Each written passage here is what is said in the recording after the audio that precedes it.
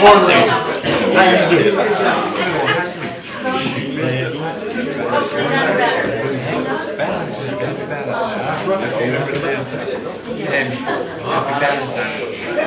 You too. Good morning. Let's call the meeting to order, please. Today is February the 14th. Happy Valentine's Day to everyone.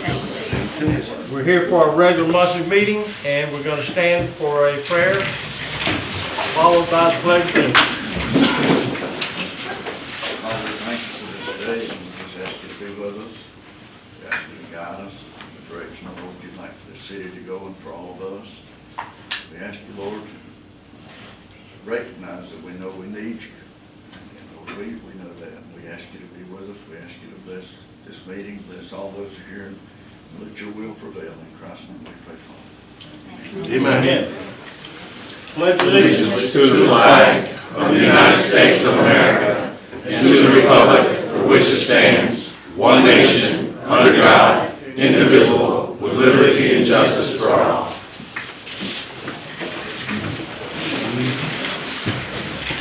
Call the roll, please. Mayor Kathy? Here. Mr. Smith? Here. Mr. Frolick? Here. Mr. Wolf? Here. Mr. Lewis? Here. Yeah, we got it. All right, we're gonna move right into our agenda, citizens' comments. Floor's open. I'll step forward. My name is Lorraine Lindsay. I live at 207 Florida Avenue, and I'm very concerned about the destruction of wetlands. I feel like our comprehensive plan is outlined in the material you have on the agenda for the development along 15th Street is ignoring our, Ms. Lindsay, excuse me, but during if your comments are related to that item, you'll be allowed to speak on that item when it okay, comes up. I'll wait. Others? I'm Jane Dunn. I live at 218 St. Francis Street. I just have a question about this bus that it was on the back of the water bill that nobody seems to, I asked one of the councilmen, nobody seemed to know about it. Who decided we were having this bus shipping people from Panama, from Callaway here, and I don't understand about it. I just wanted to ask about it, what it was about. All right. And why don't you answer that? So the Transportation Planning Authority issued a grant for $15,000 to the City of Mexico Beach to offer on-demand transit to take people to and from through Tyndall. It's a bus service that's completely paid for through this grant. It's going to imply a 15-passenger van, a driver, and the gas to take it back and forth for any folks that either want to come to Mexico Beach to work or want to go to shop over in Panama City. And it's going to be available for all residents. It's supposed to start. Schedule, or will it be- Yes, ma'am. More information is coming. We have a meeting scheduled at the end of this week with Bay County Transit to go over all the details. And it is a pilot program that's going to run through March through September. Okay, anyone else? Any other citizens' comments? It's personal. No? Okay. Moving on. First, under regular agenda, Doug, that's you. Yes, sir, Mr. Mayor. Good morning. Thank you very much for your time. The first item on the agenda is... Mayor, it's got the consent minutes. Oh, consent agenda. Thank you.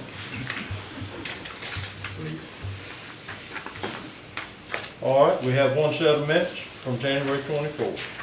Do I have a motion to approve by consent? I'll make a motion to approve the consent agenda. Okay. There's no corrections or additions. Is there any opposition? All right, let the record reflect. Passes 5-0.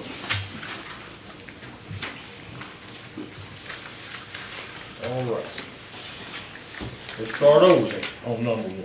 I was just kidding earlier. There you go. Good morning. Today we have the opportunity to recognize our Employee of the Month on behalf of the City of Mexico Beach. I have Tommy Davis here to present the award for a person in his department. So Tommy, if you come up, please.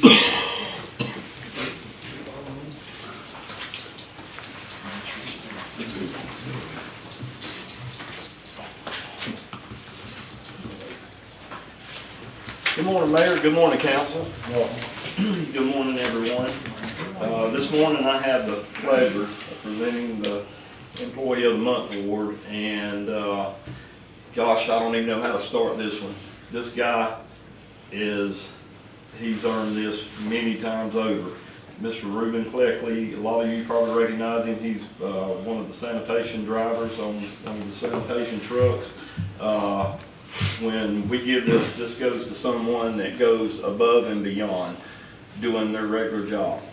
And I can't sit here in 30 minutes and describe to you how much this guy goes over 150%. He finishes the route with efficiency. He goes to the length of, if a bear gets in your trash can, he don't even have to do that, but he does. They clean that up. And then when he gets through, he's looking for me to find out what he can do next. He works with the maintenance department. He works with the road department guys. He works with Mr. Glenn's guys if they need help. He works with every person out here at this city, and he's always looking for something else to do. Reuben, it is my tremendous pleasure to present you this award. You're gonna get a day off whenever I can figure out a day to let you off. He deserves this many times over. I'm glad to see our system work, and that's the way it should work. This guy, he's tremendous. This is your certificate for a day off. Got a plaque for you. I know you don't actually have a wall anywhere to put it, but take it home.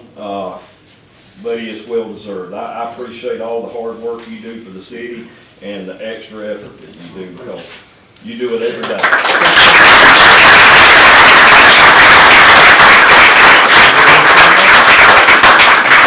I guess he's got to go to work. You don't want to say that.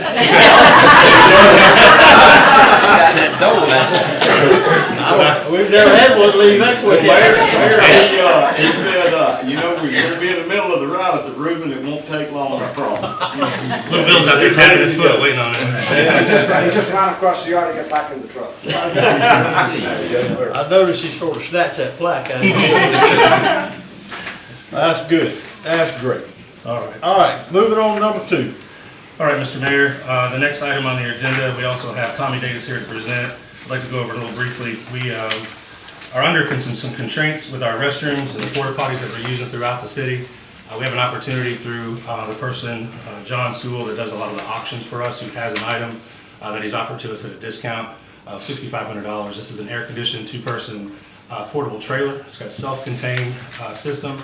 And we feel like even after we were able to build these bathrooms, we'd be able to use it for our special events. It is a fine working comfort trailer. Needs a little TLC to clean it up, but for this price, it was originally probably around $40,000.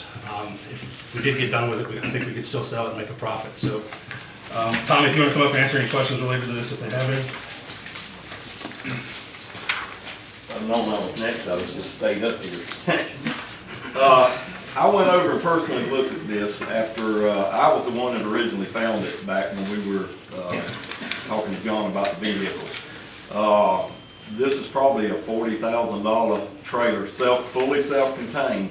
We can hook it to the truck, pull it anywhere for the gumbo cook-off or snapper season, and I'm not selling it on a replacement for one of our bathrooms. That's absolutely not why I'm standing here asking you guys to approve this. I just believe that when we had the Christmas, if you remember the Christmas tree light ceremony, we had people backed up trying to get into our little bathrooms down there, 10 on each side.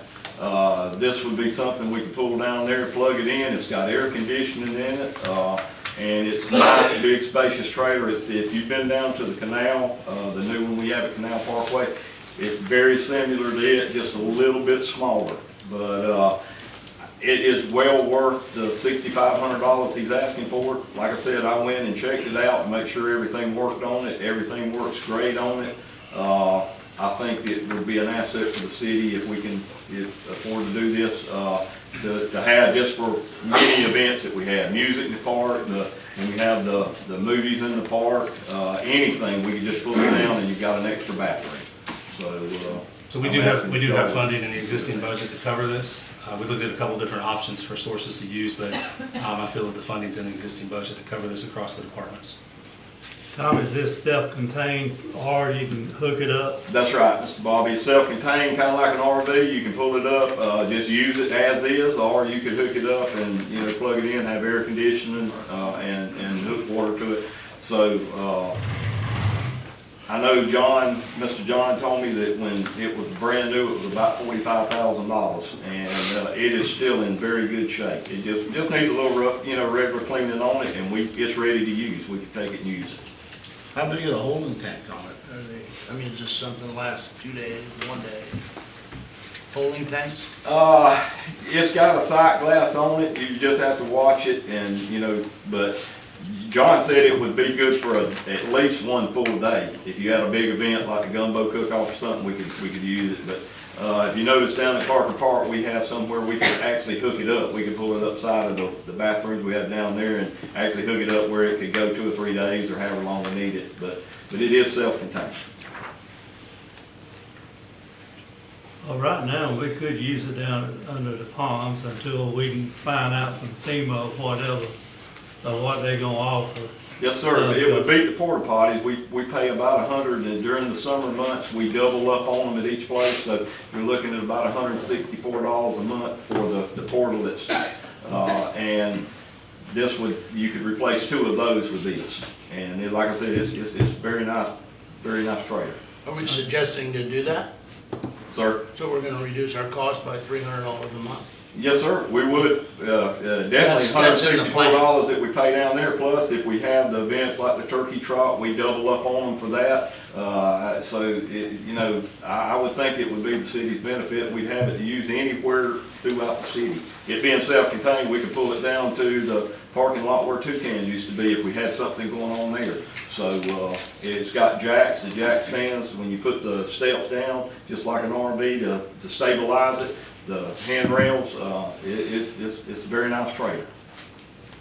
Adrian, you're gonna furnish for the gumbo, I think. How much does that cost? I think it was $2,100. It don't take long to make that. No, sir. Sure. Okay. My only thing is I don't know that this is a taxpayer expense, but a special events expense. They pay for their toilet. They're not saving anything because they're still gonna do it. They get a 6-stall handicap accessible. This isn't handicap accessible. And I'd rather see us put $6,500 towards the new toilets.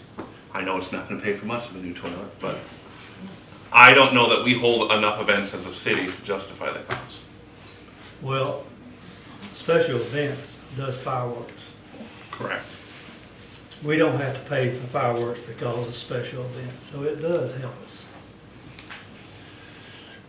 Its primary I've been location, involved in special events for many, many, many years, and I can see the use of it, so. its primary location would be at, under the Palms of Parks, because it had the use of the playground and so much people walking around the trail and traffic down there would be where it would primarily be stayed from the beginning.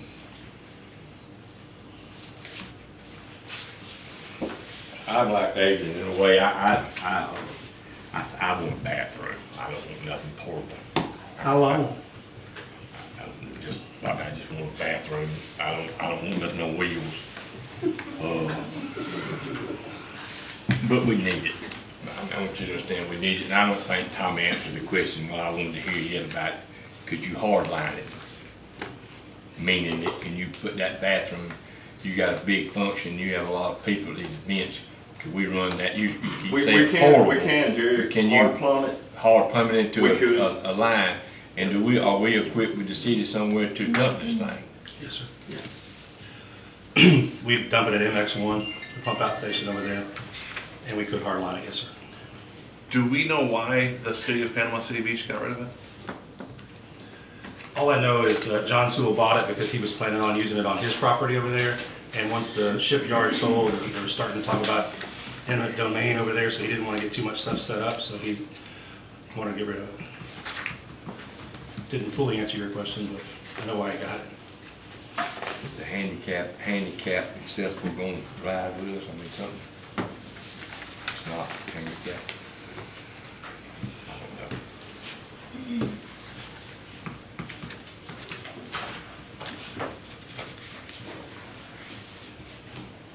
Any other questions from me?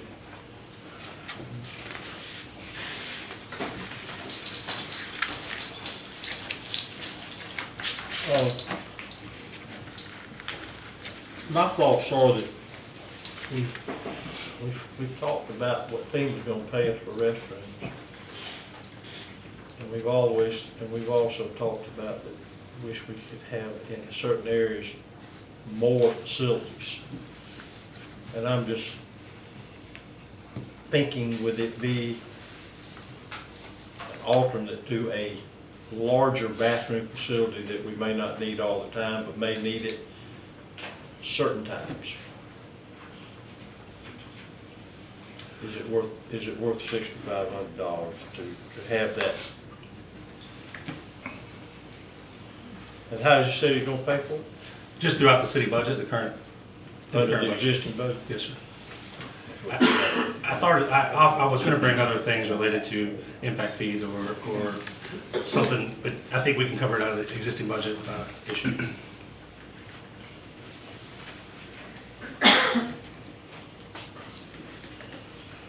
Well, I can certainly appreciate the people that support our events, special events committee, but on the other hand, I think that's, if we're gonna be a city and have special events, we ought to have the basic necessities of a restaurant. So I don't necessarily see it as a special events need.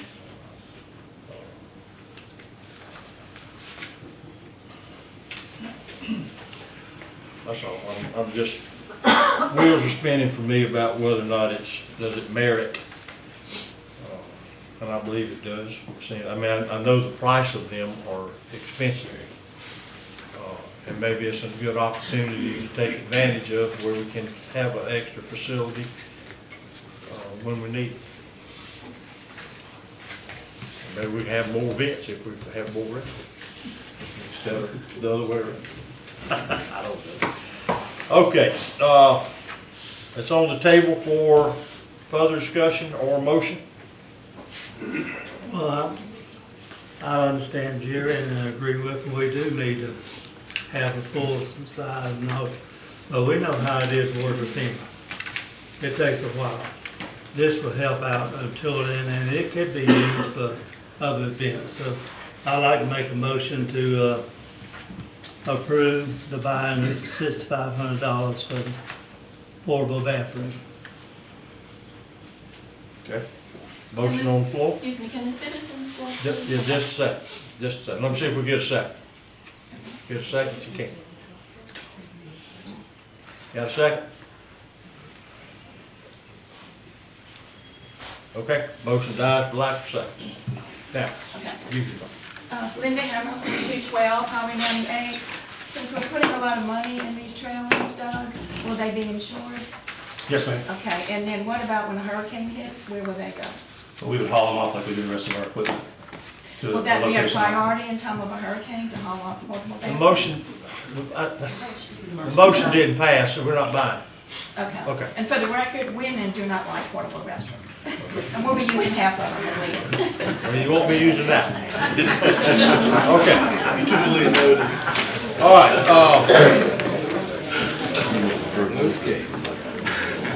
number 3. All right, so the next item on the agenda is Jubilee subdivision. It's related to the lift station number 2 analysis. We have David Risen here to speak about that. I'll have any questions related to the engineering review that was done. Just a quick update. They're asking for 16 lots that were originally platted.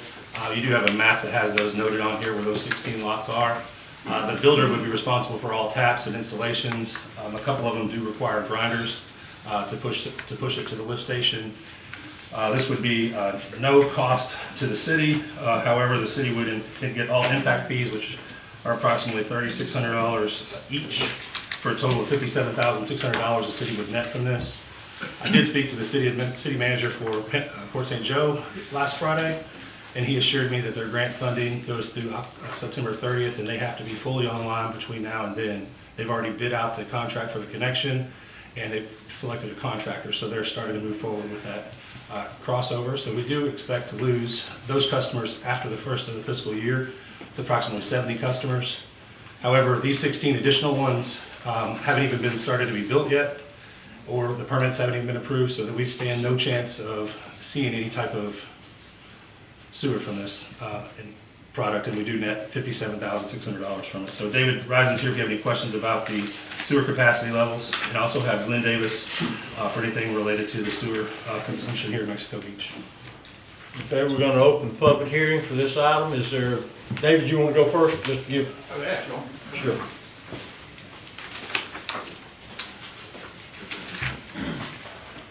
Yeah, just to be clear, we're not doing this subdivision. The city received the application for the connection and asked us to do the analysis on it, because last year we looked at this from the standpoint of the lots on the beach side, connecting with grinder pumps onto the downstream part of the force main.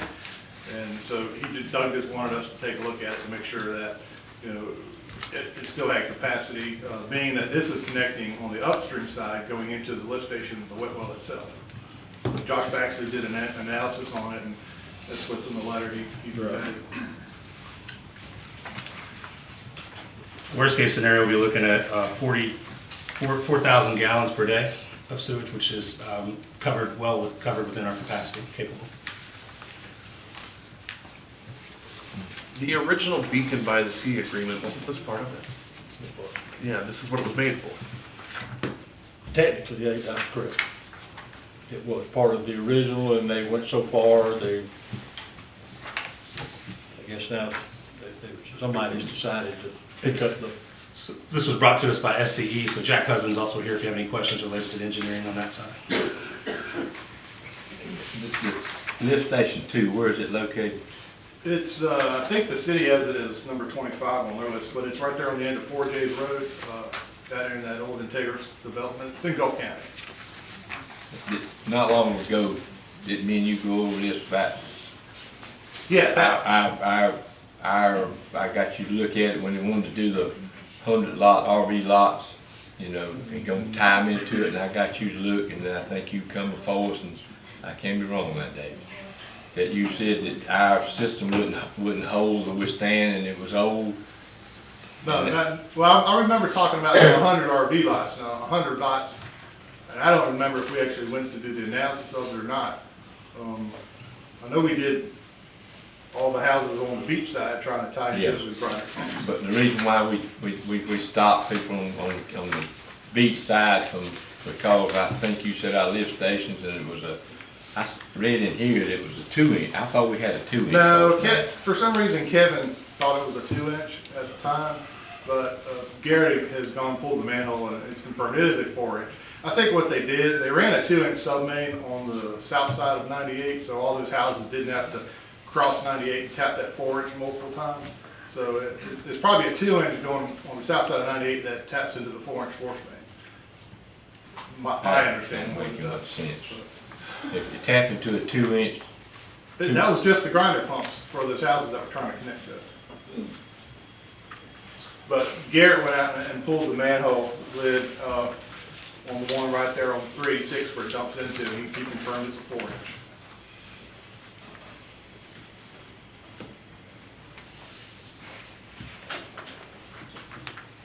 Again, the developer will be responsible for all installation and taps for these 16 lots. No cost to the city. We do get $3,600 each for impact fees for $57,600. And they're paid up front? Yes, sir. And there's no contract after that? You say this will be done by the first of the year, it'll be over? Yeah, if they did go online, we would get the 25% upcharge for the sewer fees that we get for all the other ones. The city manager has assured me that they are coming online by October 1st because that's when all their funding runs out. So. Okay, I got a Dewberry question, not against Dewberry, just a question of how we operate. SCE is the builder, correct? They're the engineer for the developer. They're the engineer for the developer? Why is it that we had to do a study and paperwork? We've just got extensive knowledge of history of the system. Doug asked us to, and he didn't pay for it. We did pay for it. Yeah. Oh, I would assume Dewberry does work, they get paid for it. We like to, but that don't happen. Josh Baxley did that because of the project. That was a concern. Thank you. Jack, you want to add? Thank you, Mr. Mayor. There's not much more to add, Doug, and everybody's covered it very well. More or less, this is just a formality to get a building permit, just in case that something comes up.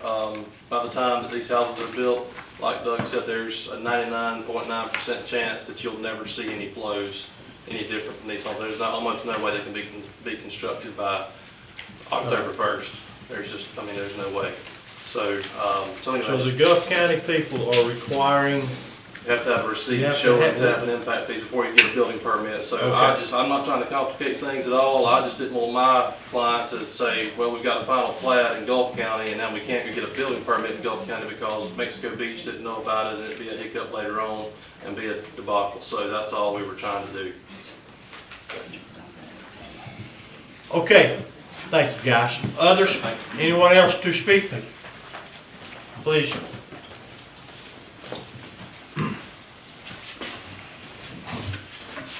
Lisa Logan, Forestry, Maryland. At the August 10th, 2021 council meeting, the council agreed to sunset any new connections in Gulf County. Now, I heard y'all say that this was under the original Beacon by the Sea agreement.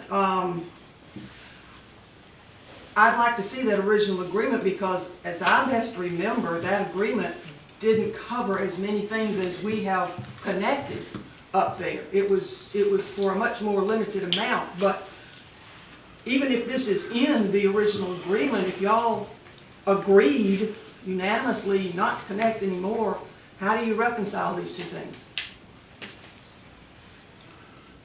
That's what we're doing right now.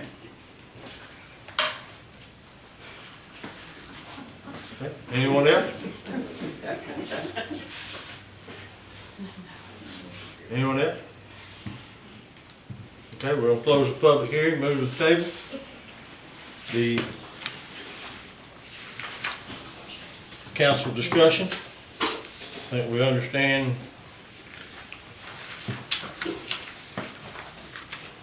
see the letter, to see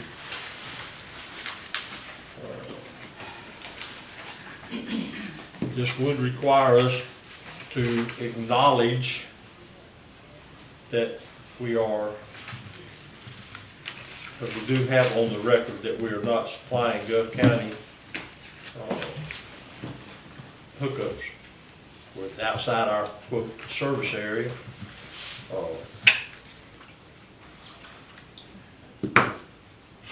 So that is something that we need to, would need to acknowledge that we're making an exception if we chose to do this. The Beacon by the Sea agreement was not a full build out based on what the infrastructure that we put up there by, at that time, Beacon by the Sea ownership.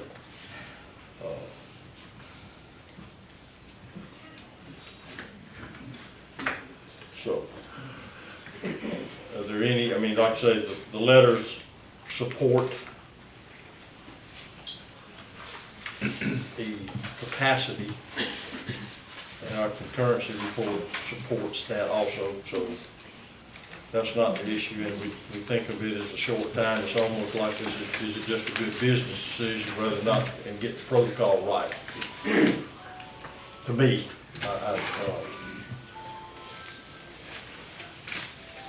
all the agreements are in place for Port St. Joe to take over. oh, I know. I checked that out too, and they, what Doug said, like Jim told him, that everything is, we just got us held up on the technicality about the building permit issue. So,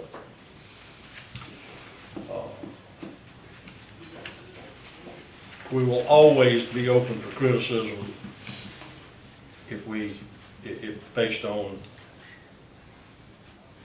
the sunset of the agreement that we've had in place to try to allow Gulf County. We also could be criticized if we don't take advantage of gaining $60,000. So, for me, it seems to be a very good business decision to make to, and the background of that it was it was laid out to be this initially. I think I would favor it.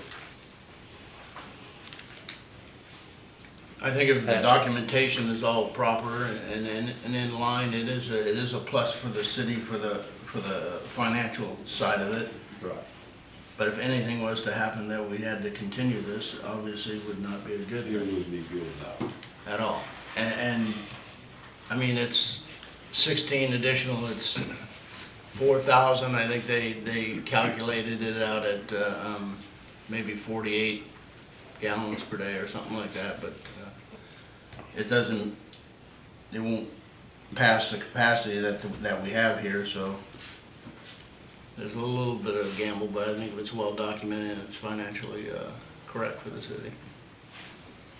Clint, years ago, when we first started hooking up and all, Gulf County was supposed to have this done by a certain time, if you remember on that. I wasn't involved with that back then when that took place. I am familiar with the agreement because I handled the negotiations between Port St. Joe, the county, and a company by the name of ESOD. Okay. We're purchasing their sewer system, and as part of that, we're getting Beacon Hill and we're redoing the Beacon Hill lift station. Well, how sure are we on the guarantee now? You know, working with Gulf County sometimes is not so easy. And this agreement took us months of back and forth to finally nail down. I do believe, nothing's 100%, but I do believe that this is going to take place. And the transition should work. As a matter of fact, the work on the lift station, I believe, starts tomorrow. So the benefit, we're gonna get $60,000, it's not gonna cost us anything. It's, as it is right now, it'd be you getting the money, and then by the time these houses are built and ready to go on, they're gonna be hooked up to the Port St. Joe sewer system. And that's what we hope over there. Okay. Okay, other comments? Motion? I'll make a motion to approve the Jubilee subdivision. I second it. Have a motion and a second. Call the roll, please. Mayor Kathy, Yes. Mr. Smith, No. Mr. Pollitt, Yes.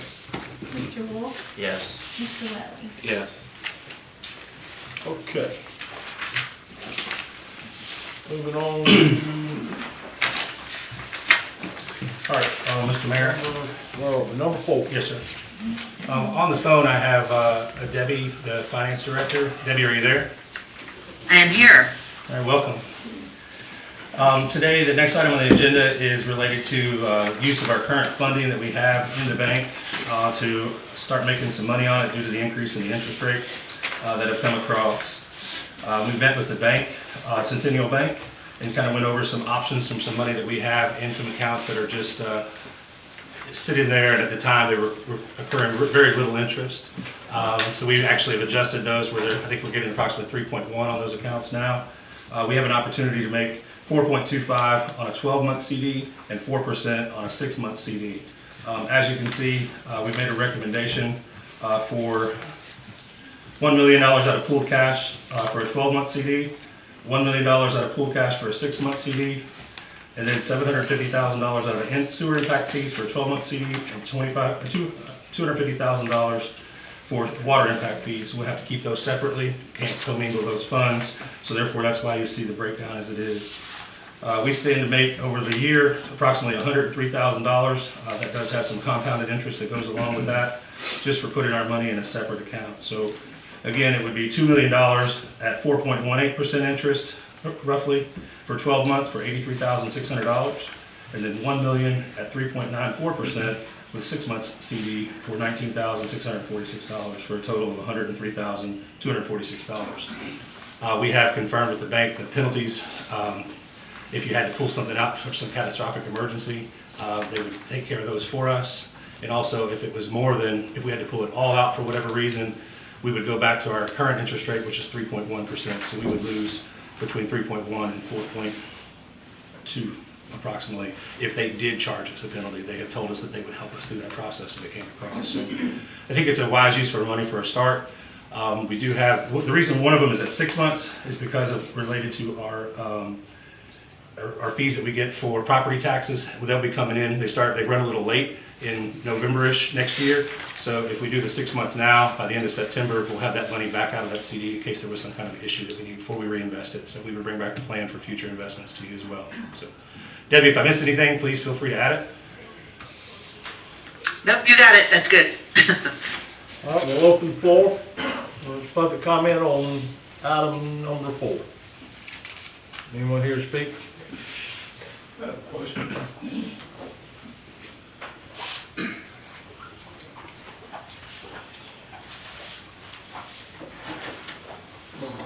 Going down to Highway 98, is this cash money just laying out, we're not getting just minimum interest on, say, a checking account, or where is the money now? Is it in bonds or securities, or No, where sir, we we get don't money deal in bonds. to make this new investment? It's just in the checking. You may answer that. Yeah, I didn't fully, yeah, go ahead. It's just a municipal checking account, so it's actually liquid cash that we have in our full cash account. Okay. Just wanted to say, if it was in bond, it's on a $1,000 bond, low interest, might only be worth $900 if you had to discount it to get the cash to make this additional investment. But if it's lying there, I don't know, looks like a good move. Thank you. Thank you, sir. Anyone else?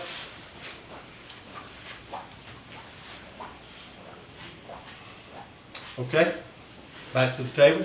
Comments? I would say it's a step showing progress. It's been since the hurricane, since we've had an investment. This is a big check off of a list of, hey, we can put money back into CDs. Right, yes. Yeah, I think maybe we need to check a little bit on the rates. Rates are really good right now. Personally, good rates. I mean, there's a quote out of Wells Fargo for 4.7. I invested with this guy already and it worked. So I think we're a little short on money by about 50% if we go out and search a little bit. Debbie, I looked at the page 2 of that. You have that page 2. It looks like the money you're calculating, the 6 month is only 1 million, and the 12 month is 2 million that you're projecting, but the dollars you're doing on that email on the back, the next page, are reversed. That's correct. That stems from originally where we thought we could pull more for the immediate cash for the longer term. When I asked the bank for those numbers, so they do reverse. The numbers that I read out do equal $103,000. Okay. So I appreciate that. Yes, we had to switch it due to the way the timing of the tax revenue comes in next year. Okay, so those numbers are probably not right. Correct. Okay. All right, so that's my take on it. I think we can get a better deal, at least by 50% alone. We could also do a 5 month versus a 6 month if we wanted to. And I pass that out to the council, they can take a look at it. Okay. Debbie, you don't see this or have this, but it's just a... The Wells Fargo, yeah, Doug mentioned that there might be additional information for different investments. I'm open to any investments as long as they're, municipal funds can be invested in them, and that whatever the maximum amount we can get, because we only collected $3,200 in interest earnings last year. So anything's got to be better than that. There you go. There you go. I'll email it to her, sir. Okay, well then, why don't we table this, we'll pass this, I mean, is that, or you wanna look around? Well, can we approve it so they can just do it when they find it? Yeah, we could do it that way too. Yeah, we don't have to, Why wait? we don't have to come back to us, it says here's where we do it, the criteria that Debbie uses to ensure that it's a, you know, just, I think we could approve the amount of money we're gonna invest and pass it on. Best interest. Yeah, we can shop it around and see what other interest rates we can get. Sure. And make sure we get the best to bring forward. All right, but that way you don't have to bring it back, it doesn't have to be another, here's what we're doing. So, in essence, it's what, 3 million? Yes, sir. So, I would make a motion to approve the investment of $3 million in a series of 6 and 12-month CDs at the highest interest rate you can find. Second. Second. motion is second. Call the roll, please. Mayor Kathy? Yes. Mr. Smith? Yes. Mr. Pollock? Yes. Mr. Wolf? Yes. Mr. Willis? Yes. Okay, Debbie, thank you. Thank you, Debbie. All right, thank you. All right. All right, sir. The next item, number 5 on the agenda, is a preliminary plat for Agua Esmeralda at 15th Street. I have Carly Hanson here to present. We also have on hand Gina Johnson for floodplain questions, as well as Dewberry for anything regarding engineering from this review process. The Zach Farrell and Brad are present here for the engineering firm that's presenting the project for the developer. Should you have Okay, questions? we'll make this part of the public hearing, and Carly, you go first. Good morning, everyone. Good morning. We have the team assembled, so we'll get this presented to you. It's an application for preliminary plat that you have seen before. Off of 15th Street for 38 single-family homes. The attachments included in your packet include the application, a project description, the preliminary plat, permit plans, a land use map, the wetland permit notice, a professional wetland scientist memo, a concurrency letter, planning review, engineering review, and floodplain review. This project's on approximately 9.48 acres. It went before P&Z back in May 5th of 2022. Recommended for approval for one with the following recommendations: that the entrance and exit be moved to a safer location and that sidewalks be added along 15th Street on that south side. This item came before you on May 10th, and council voted unanimously to table this item until there is more information on floodplain. We have since received the approval from the floodplain manager, Gina, and she's here if you have any questions on that. This preliminary plat has been found to be partially consistent with your comprehensive plan. Specifically, policy 6.2.1 has not been adequately addressed, and as provided, this project's impacts to the wetlands would be inconsistent with this policy. Floodplain review, as I mentioned, recommends approval, and engineering has a similar comment about the wetlands. I can answer any questions that you have specifically.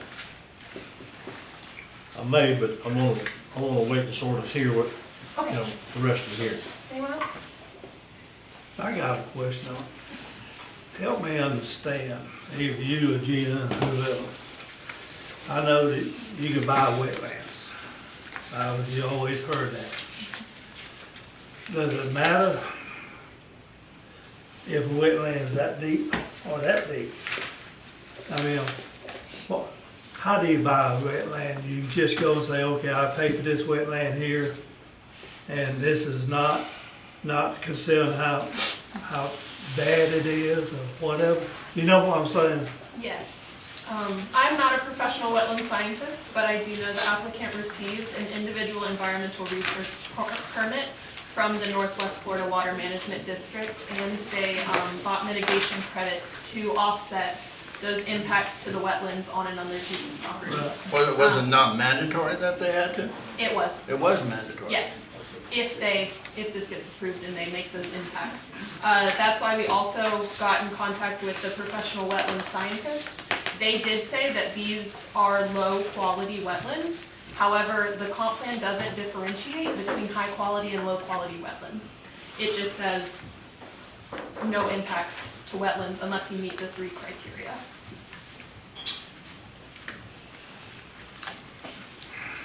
This is between nine, there's a variety of different acreage here. I guess it's about 9.5 acres, if you still want to say approximate. But the designates 9.808448. I mean, a couple different things on documents. There is a impervious area that's taken in there is about 30% or so, is it? They can have a maximum, 40. yes, 40? 40%. So that takes up a portion of that 9, right? Correct. So they're obviously gonna build on the remainder, or what's left there, I mean, to build on?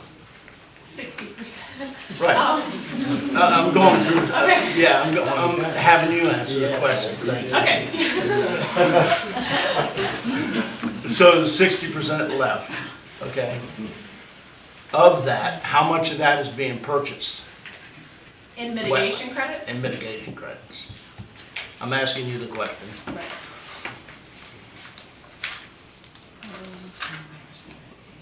I don't have the answer to that. Have they been recommended to reduce the size and not buy credits, or do something? Is there some other way to approach this other than just buying credits and then building on wetland? Right, those are some options addressed, is there could be less residential lots, there could be a reconfiguration of the subdivision and the roadway. We think that there hasn't been the applicant hasn't proven to us that they've tried to mitigate those impacts. I mean, they purchased the credits, but they haven't changed their development to less impact the wetlands that is on that site. The maximum amount they're allowed to build on that property is?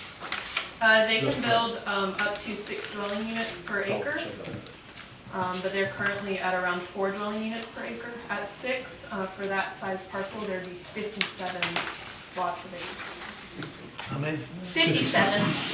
So they could have done a condo association or something and gone and recommended that route. However, they brought it further back for us. Okay. Next.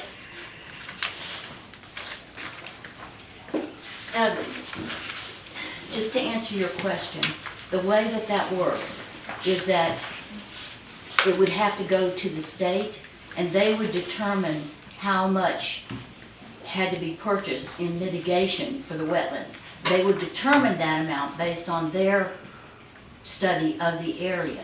And the other thing that you need to remember, when you buy wetlands, if it's not in your community, then you don't get the environmental services that wetlands provide for a community. So, and there is not, to my knowledge, because we investigated this, there's not, to my knowledge, any place in our area here for them to purchase wetlands that is going to help our community. And one of the things that wetlands do is clean up water. And stormwater, you know, we used to play in puddles. That's a dangerous thing to do. Stormwater is filthy, dirty water. So we won't get any of the benefits from that if we allow mitigation. So that part of it, if we approve this, then we lose control as a community over what happens from there. Okay, does that answer part of your question? Yes, thank you. There has been a great deal of research lately that indicates that, remember, this whole mitigation thing was approved many years ago, and studies are now being done that show that mitigation is not really very helpful, especially for the local environment. So, Thank you. I'm Donna Yielding. I live at 307 Hatley Drive. This backs up to my yard. The hurricane, when it came through, was a big eye-opener for me. Since we had 5 feet of water in our house. Brand new house, only been in it 3 weeks.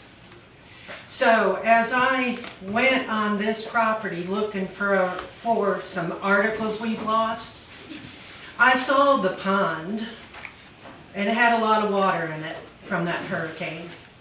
A lot. And we have a small ditch that's on our lot line in between this property and ours. There's a small ditch. It never had water in it. If it did, it took it down to the main canal and it was gone. Now we have water in it all the time. So what's the impact? There is an impact. The recommendation, what was the recommendation on that? They don't meet it.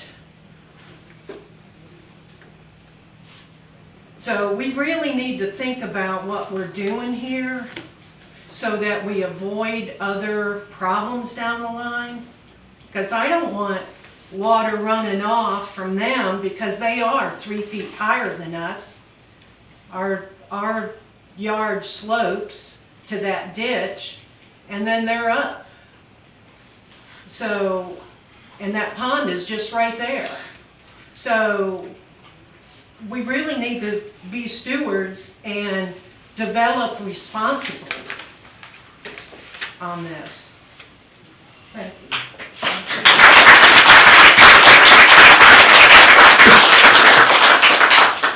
Others? It's your time. No? Okay. Well, you're authority. There are others.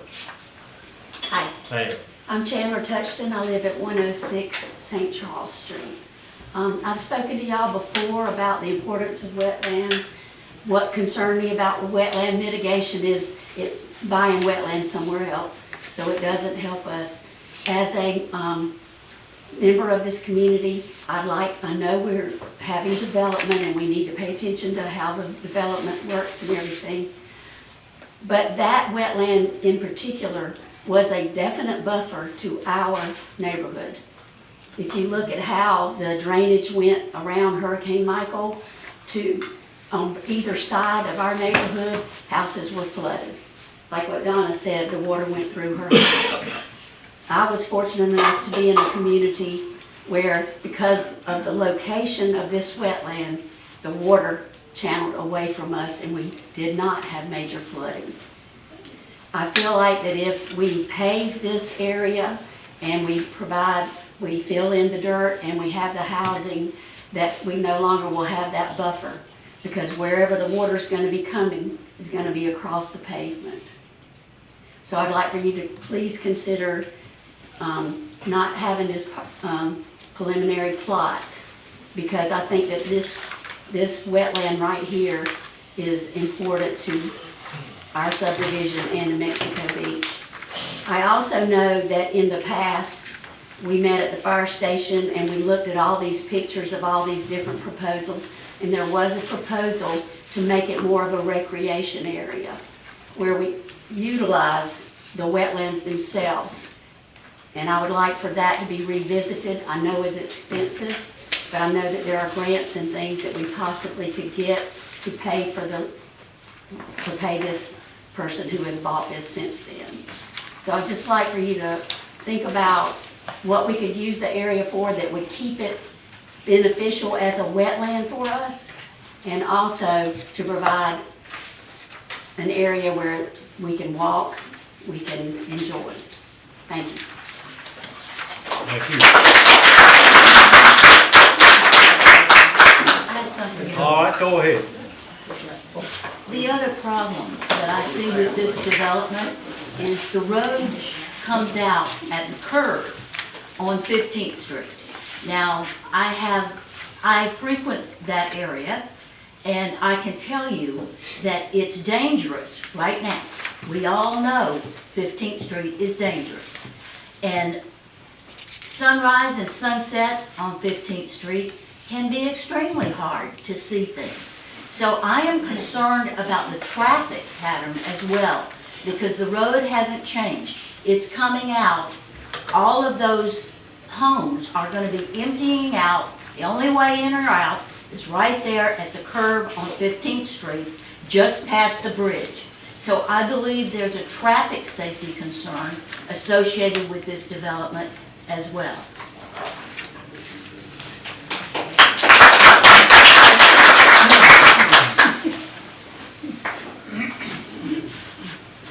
I'm Alex Hogan, I live on 7th Street. You know, I've been sitting here listening to a lot of this development going on for the past years, and for the most part, it's been great. The city is really looking really well. But I do get concerned with this mitigation and losing the wetlands. You know, we have all these high-speed engineers saying, oh, we can do this by trading off this land to build here. And they can make it happen. They can build on any property, but at what cost? And that's what's concerning me is we're not really, oh, I hope we are, considering what cost is it doing to our community to give away our wetlands. We already have and continue to have issues with flooding. And to continue on giving up our wetlands, you know, for the sake of development, you know, I just don't quite understand that at this point. Thank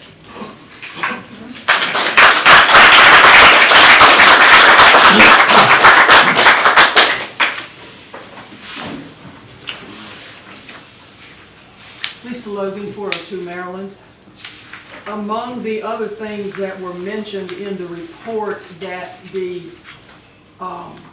developer had not adequately met was 6.2.11, which said there should be overwhelming public or community support for this development. What specific support can the developer provide to show us that there has been overwhelming community support for this? I don't know of any kind of survey or questionnaire or meeting to review what the public wants for this. So I'm asking for specifics on this. Okay.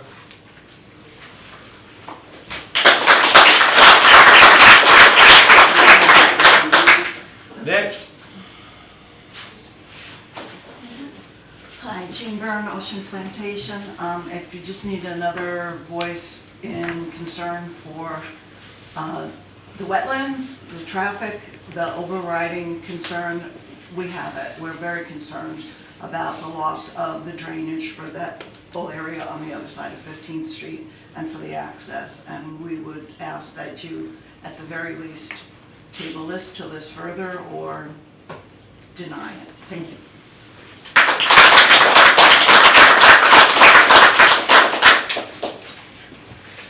Anyone else?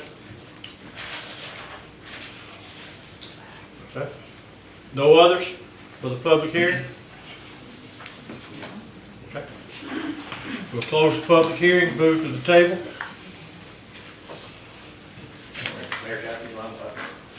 Excuse me? Oh, no, are you, I'm sorry, I didn't see you back there. I apologize. I'm Zach Farrell, the owner of Preferred Coastal Properties. I bought this 7 years ago. It was well before the storm. Zach. Oh, sorry. It was, so I bought it 7 years ago. Was approached by the city after the storm by Miss Tanya. That would I be interested in selling that piece, because y'all were looking at some stormwater options and this and that, and it tied in with that. I said, I will not sell it to anybody else, but if y'all can use it for that, I will sell it to y'all. 6-8 months went by, didn't really hear anything. Talked with Mario when he was city administrator, and he said, Zach, there's no money in funding for that. You know, just probably you need to figure out what you want to do with it yourself, type thing. So that's when a couple months later, started up with engineers and everybody going over it. In regards to the wetlands, Casuna basically isolated that property. So it was a small isolated wetland. It is not congruent with any other wetlands anywhere else. So that makes it a very low quality wetland as far as the engineers and the scientists, the specialists know. So they would rather Northwest Florida Water Management, DEP, they would rather see high quality wetlands preserved rather than some low quality. The hurricane made them even less low quality. But the reason you're having the drainage issues is because that ditch and other stuff is piled up in that ditch. That's the reason it's not draining. So that needs to get cleaned up. The development is all self-contained, so we're not gonna bleed off to other properties or anything else. We have our own stormwater and everything else that it'll feed to. So drainage issues to other properties and all that, that's already been addressed. The traffic issue, as far as sight and everything, those trees and all that are gonna come down, so actually your line of sight will be better. You can actually see around there. So, Hey, let's, you can mock me, but I mean, that's the real truth. That all those trees and everything, so your line of sight, you can actually see over that. We paid the specialist, and they came out, did all their due diligence, and I mean, that's all we can do as far as from a wetland. I mean, if it was high quality, I've done many other developments. If they're high quality wetlands, they'll straight up tell you, don't even think about trying to do something there. That's not gonna pass. But if they're low quality, the state agencies, they like to see stuff, it's not directly in the community, but the wetland bank is closer and congruent to a lot of other property close to Mexico Beach. And that's what they would rather see impacted and solidified and taken care of, rather than some isolated, just random little pond that has no bearing on anything else. thank you, Zach. Anything else? As far as the traffic goes, everything meets the DOT as far as your line of sight, your traffic triangle based on the speed limit there. I think we provided all that stuff to Doug before to show that your line of sight's there. It's actually double or triple what DOT requires. We made the recommendation, if there is a speed issue here, you can put the flashing warning, and I think that's actually been done now, Doug, has it? No. Something's been, that I've noticed. Lowered the speed limit. Lowered, okay, that's what it was. Because that curve is, I understand it's a dangerous curve, and people likely speed around it, and that's what we were trying to recommend, is to put flashers out, something to keep the speed down, and then it meets all the standards provided by DOT. And another thing we've done to create less traffic on 15th Street is we purchased the land that where the real ditch canal runs through. We own it now, and we would talk with the city. We're gonna build a pedestrian, golf cart, whatever bridge off of our property straight to 12th Street. So there will not be any traffic. People going to the beach, they'll just take their golf cart up to 12th Street Park and go across the street. They're not coming out on 15th Street. So we're trying to be good stewards. I'm not a blow-in. I've been coming down here before I was even born. My parents bought a place down here in 1978. I've been here my whole life. I moved down here 20 years ago. So I'm not just down here to take advantage of something. I'm trying to be a good steward. I could have done almost 60 condos on this project and met all the requirements by the city, but I don't want to be a condo developer and clutter up things. I just try to be a good steward and bring some tax dollars to the city. Okay. Anyone else? Thank you all. Appreciate it. Yes, sir.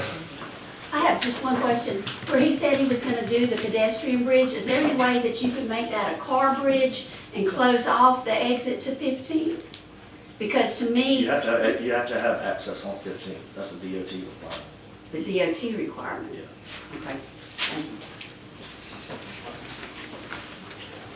Okay. We'll close the public hearing. Come to the table. Okay, I can start it. One of my main concerns is that canal.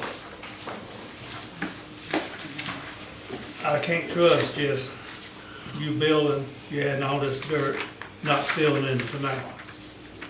That's a big part of our drainage problems. We're constantly fighting drainage all the time. I don't know whether a seawall on the canal would help. I gotta see more in protection of that waterway, because that waterway means a lot to all of us. means to me, if it gets stopped up, it's gonna go back toward my house. Everybody that lives in that area is basically what it's gonna do. So, I got concerns on that. I went over there on Saturday afternoon down 14th Street, and that canal right there, if you go right down the end of 14th Street, there's a sewer pipe that's probably about 2 foot, maybe 24 inches or so. Water was pouring out of that thing, filling that canal. It was pouring out of it. I mean, not dripping, it was pouring out of it. And it was a rainy day, I understand that. But that pipe was only under the ground by about 2 feet. So would this be something we would tear those pipes completely up and replace new ones? Because that's all coming, I believe, from either Casuna or Ocean Plantation. So there's actually nothing to bleed right there on the property, is there? Well, as far as you had asked, the canal, the protection of it, there's going to be a buffer. It's got I believe it's 30-foot easement. The canal's inside of it, on the south side of it. The north side of it is the access to maintain and clean the canal. That's not included in any filling, any part of this project. Everything will be further to the north, so we're going to have 20 to 25-foot separation before we do any filling and impacting from the canal to our development, per se. So the canal is going to have a buffer. There's going to be no filling in the canal. That's not part of the DEP permit. I don't think they'd allow any filling within that canal, based on it being a major drainage aspect of this community. And that still don't answer me. Okay. I see runoff. I've seen runoffs everywhere. It don't take much. We have good storms. You can have a lot of runoffs. Yes, correct. So on site we have a stormwater pond designed for that. It'll capture all on-site runoff. It's got storage volume per the DEP, per Mexico Beach's requirements, and it provides treatment of that runoff as well. So before the runoff's discharge, it meets the state criteria on removing of solids and oil and things like that. So all that will be self-contained within our property, on our pond, as far as runoff goes.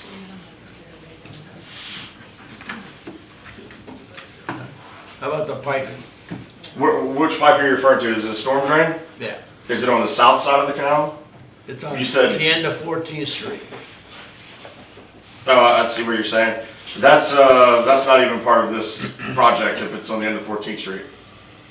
Well, it's about 2 foot deep, so you're gonna eventually hit it. Well, I mean, we're developing on the north side of the canal, so we're not touching anything on the south side of the canal. Okay, and Which would be 14th that's all Street. from Casuna and Ocean Plantation, I would imagine. I'm It's not. on the south side. That might be the catch by the fire hall, the big catch basin by the Yeah, fire hall. it is, yeah. By the fire hall, okay. Yeah, I'm not certain where it comes from. Nothing to do with this part. There's no piping in that area at all that would bleed into the canal. We will have, like I said, a discharge pipe coming from our stormwater pond, but prior to discharging, it will meet the state criteria of removal of your solids, your oils, and things that float and things like that.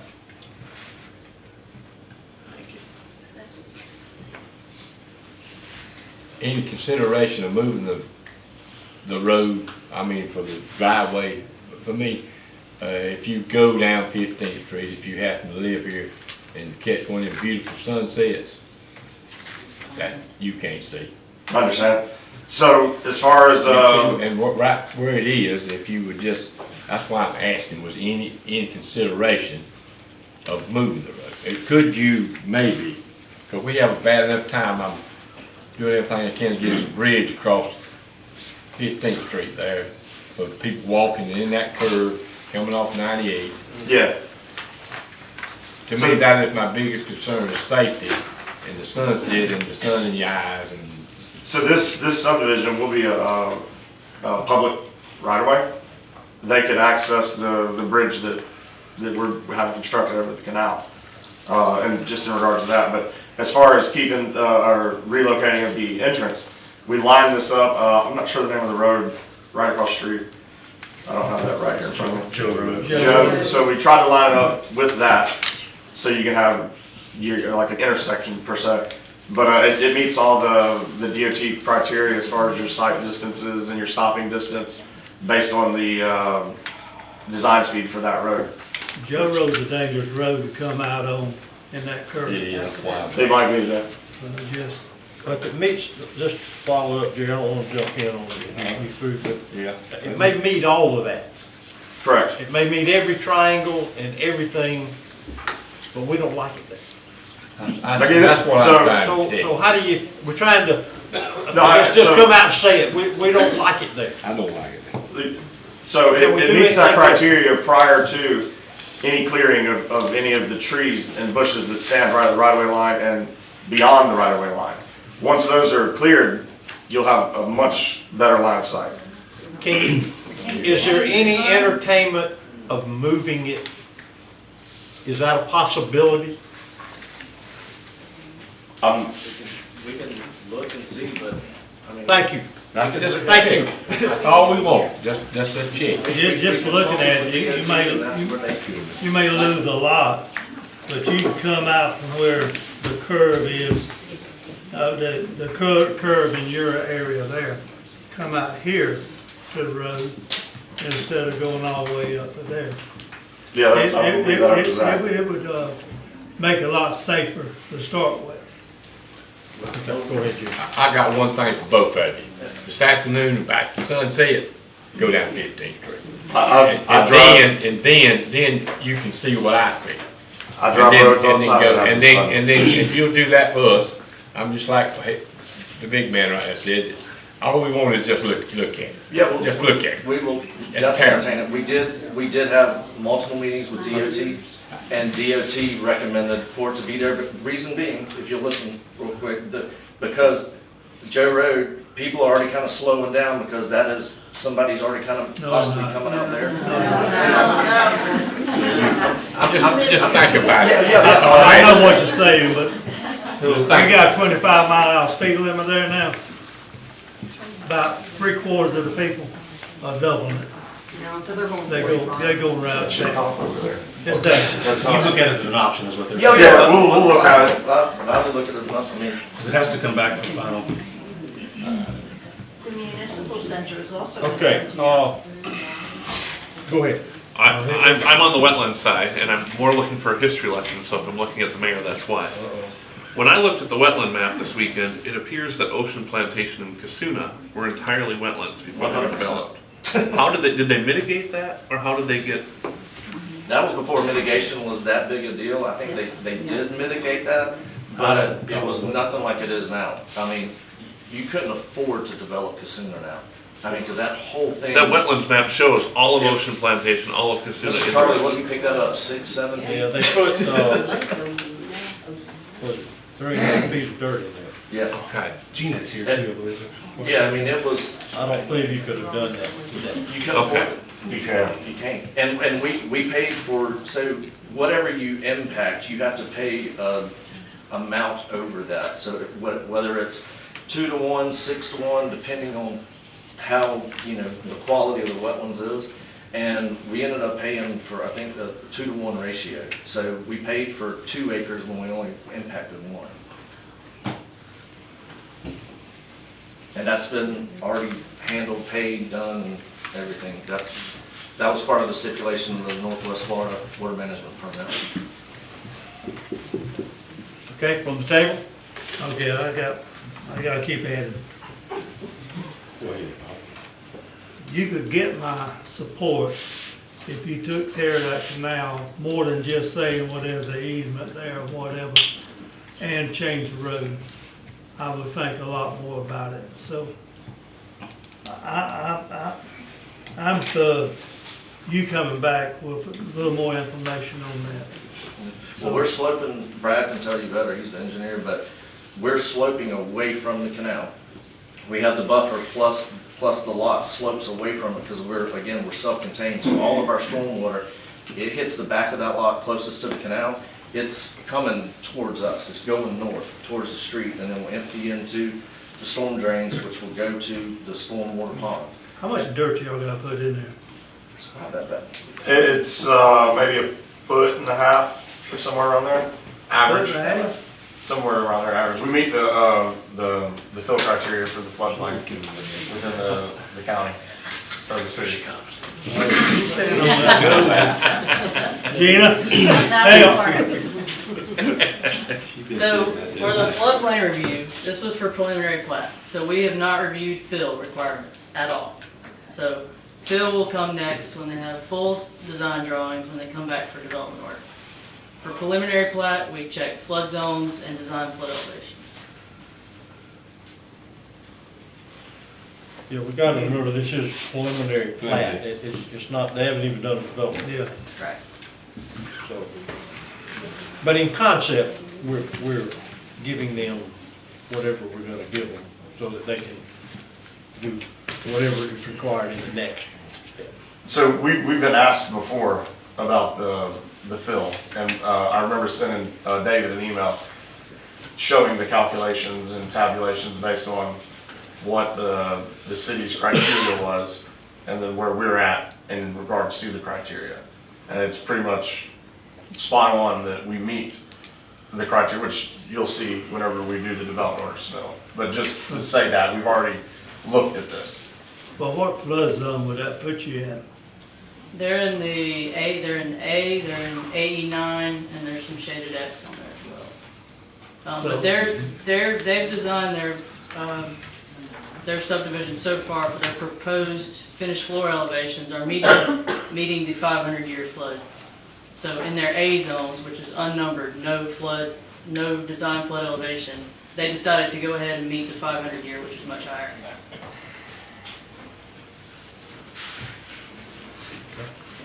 No, that's not by just filling the lot much higher. That's by No, that'll be either on pilings or Yeah, on a stem wall. Just so we're not taking up a lot more volume just to meet that. It'll be on the islands or something. Down in my backyard. Okay? Thank you, Gina. Thank you, guys. Okay, now, at the table,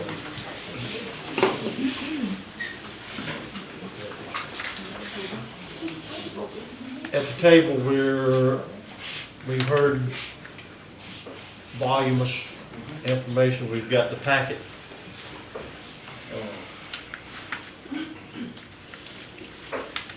This is for a preliminary plat, if you recall, and I'll just sort of quickly recap. When this came back, when it came the first time, we did not have floodplain, or at the level of floodplain overview that we do today. And the council suggested that we wait and get the right people in place. We knew we were close to having that and let them review it. And I'm gonna be honest with you, I wish I was sitting out there. I wish I had that luxury today, simply because I'm not I have concerns about growth. I have concerns about what our town, and we've heard it through, all of us have heard it. Going too fast, we're growing, but the issue is that they followed all the rules that we have in place. And I think that we're at a point that we can scrutinize them, and I think that's a good thing to do. I don't mean in any way, but and we can ask them to look at things and see if we can tweak it in a way. And I'm going to ask them while they're here to look at lowering. Would you be willing to not have as many lots? I'm going to ask you to look at that, consider that in a density standpoint. But from a preliminary plat standpoint, and the people that have overseen this prior to us seeing it today are all professional at what they do. And I wish we'd have been able to buy it. I wish we'd have had the money when we could have bought, when it was available, but we didn't. We hadn't. We were living hand to mouth at that time, and there was nothing we could do to the answer of the lady that asked earlier about the, maybe we could make it part of our floodplain management program, which was recommended. So, for me, they put a lot of work into this and they followed the rules, and it's difficult to just say within the scope of the guidelines of what we go by in the LDR and the comprehensive plan. I think for me, I want to talk more, now that I've said that, I want to talk more about the report, Carly's group, when they say that, that they haven't met some of these things that you state in your report. You say that every reasonable step has not been taken to impact the wetland in the buffer area. So what would they do different? In their layout of the subdivision, the preliminary plat, and in our conversations with the applicant and the developer, we haven't found that they have responded in a way that says, we made this subdivision to protect the wetlands. We put this house here instead of here to save this portion.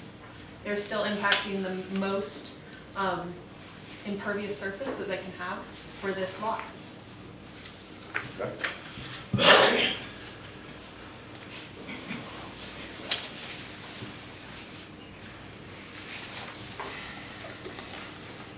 Well, that's concerning to me. I mean, if we're gonna impact our wetlands, I've gotta see that we are doing it in the least impactful way that we can.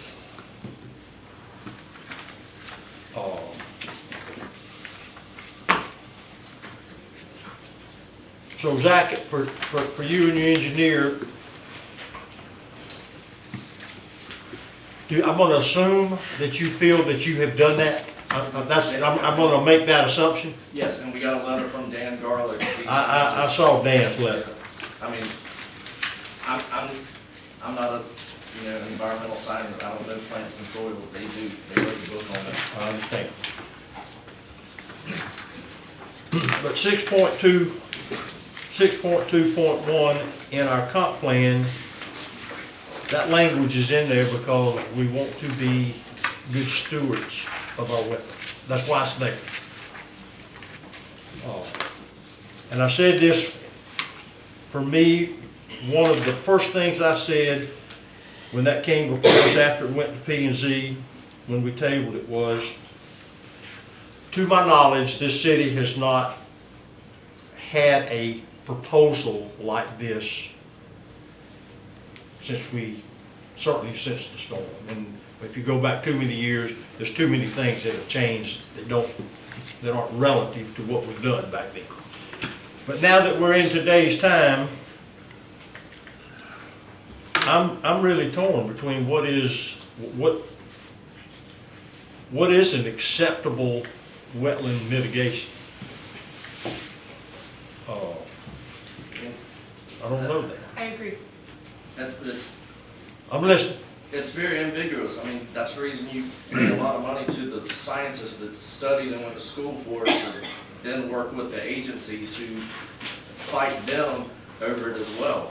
If this was a continuance of wetlands on other sites or something, they would have never let us even, they would have said. I follow, I got that. I fully understand. It's self-contained. You are self-contained. Well, no, that wetland's isolated. It doesn't feed to anything else. So it has no purpose, basically. And that's what they determined and said it's very low quality. Just to add, the comp plan doesn't differentiate between low quality and high quality wetlands. It just asks that you have taken every reasonable step to avoid impacts and to minimize any impacts that do occur, and that there's an overriding public interest for this development.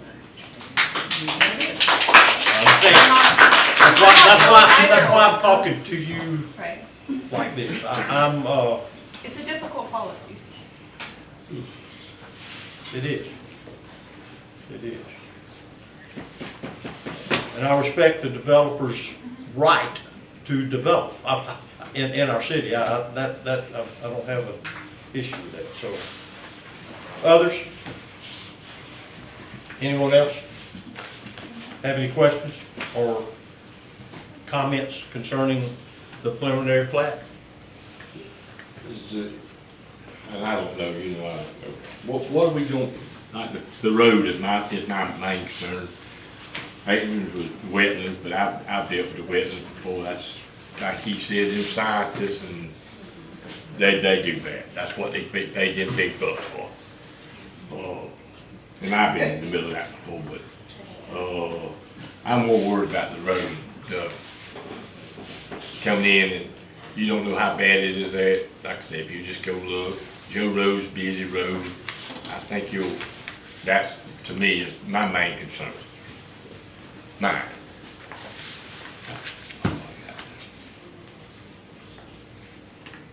Okay, others? Well, I still go back on what I said before, the canal, Jerry, the road.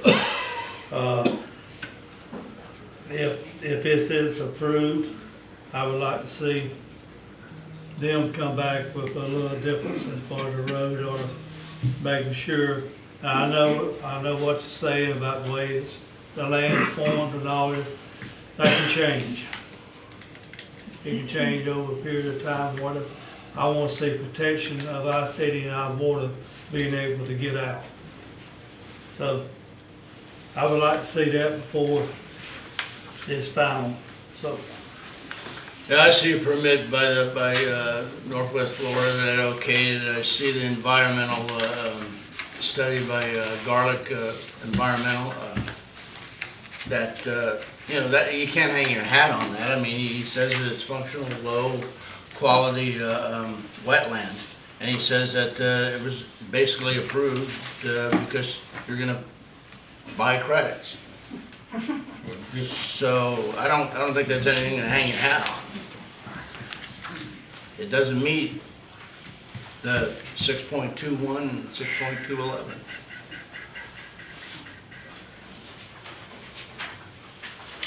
Carly, one other question.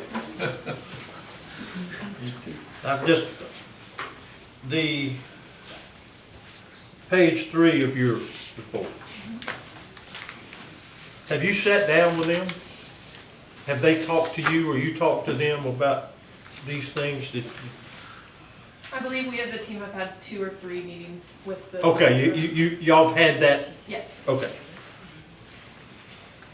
And then you have, in that section starting on page 2, their responses to us asking for them to prove these 3 criteria. Yeah, I saw that.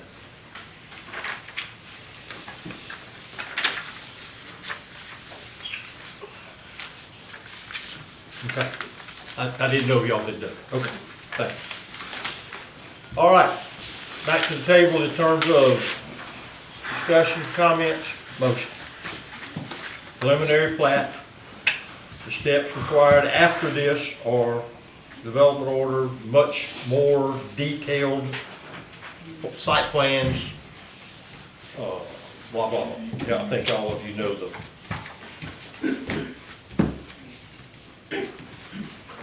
Is there a motion or discussion?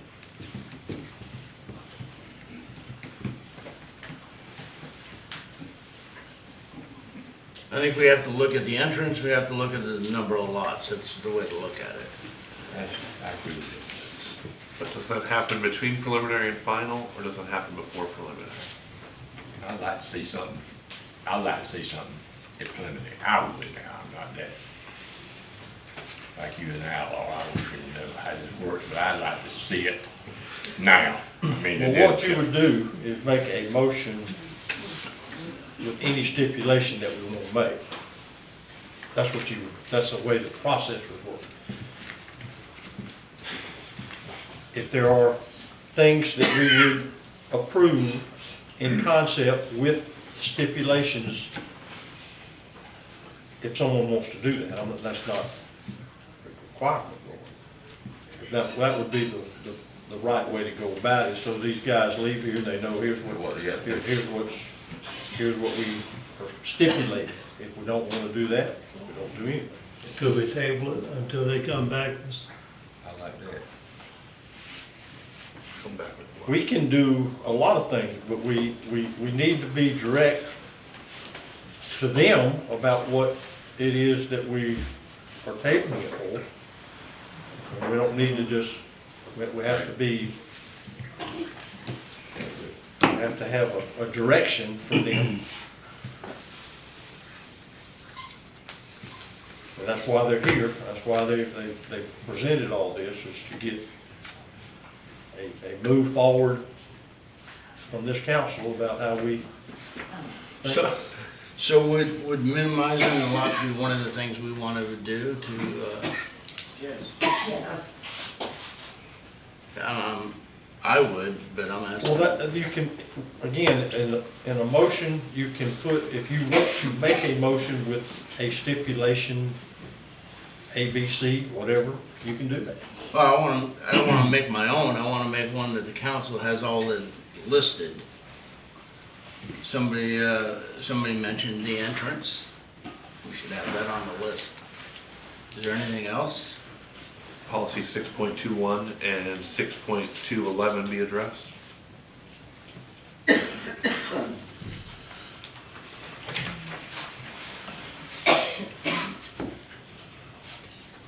else, sir?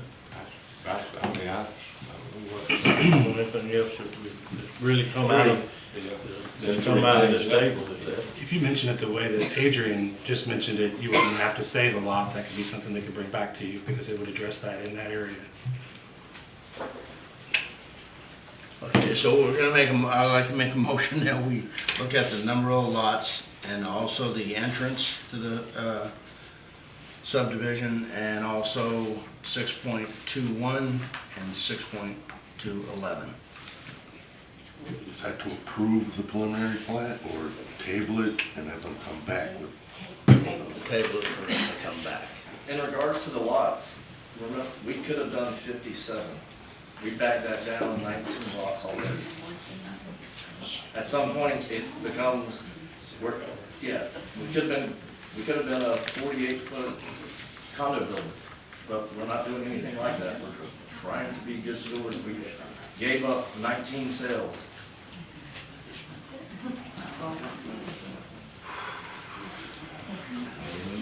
Okay.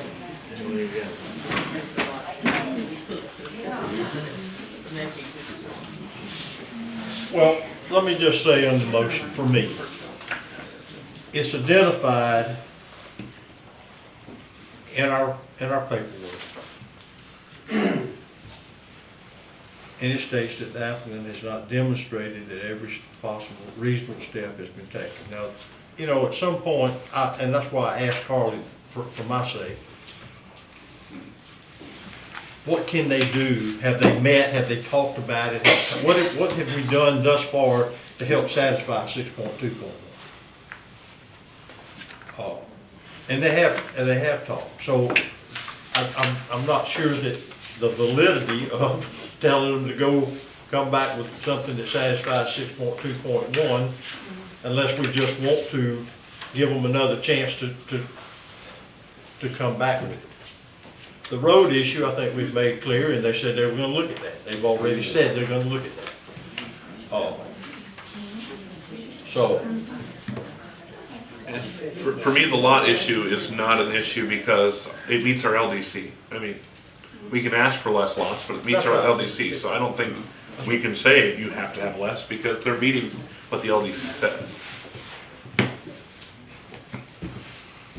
Yeah, our hands are based on, our wants at some point are simply that. If they've taken the criteria in the LDC and the comp plan and they've looked at it and they've developed according to it, we cannot like it, but it's not our place to tell them that they can't do it. Same as the road. I mean, I don't like the road either, but I don't know that we can say, Well, we asked them to look at it. We didn't tell them to change it. We said, hey, y'all look at this, see if you can, I mean, you've heard what's been said here today. So, you know. So I think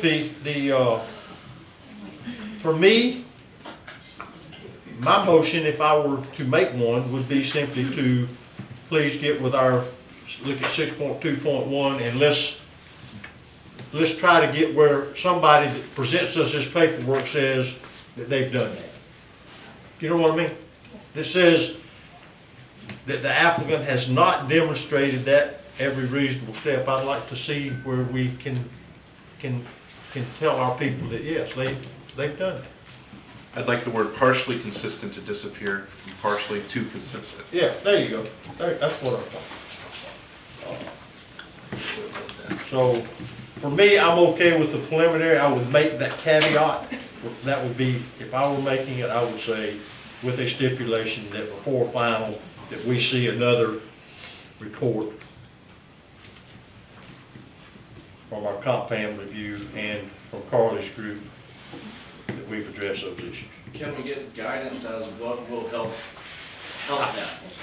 So just. I think that, yeah, from her and her group, yes. Okay. That's fair, isn't it, Carl? Yes, of course. That's fair, okay. I don't want to just, No, yes. I know you don't have a magic wand, I'm just making sure. Okay. All right, so. Anyone else? Once again, comments, discussion, motion. I would make a motion to approve the preliminary plat with the following conditions: that they meet to become consistent with policy 6.2.1 and policy 6.2.11 and explore movement of the road from the intersection at 15th Street. That's fair. That's fair. I second it. All right, we have a motion and a second on the floor. Call the roll. Mayor Kathy, Yes. Mr. Smith, Yes. Mr. Pollak, Mr. Pollak, Yes. Mr. Wolf, Yes. Mr. Welling. Yes. Okay, motion passes unanimously. The Carly, and to Zach and your engineer, is there a clear path? Yeah. Clear path? Okay. Thank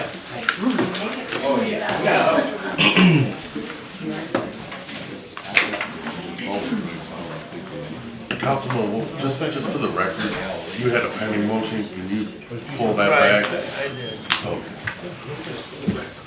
Thank you. Just wanna you. make All sure. right, we'll take just a 30-second break here. 30 seconds. Then we're gonna give you 30 seconds. Take your time, hurry up. Well, you timed it. He's on the clock. He's on the clock. Okay.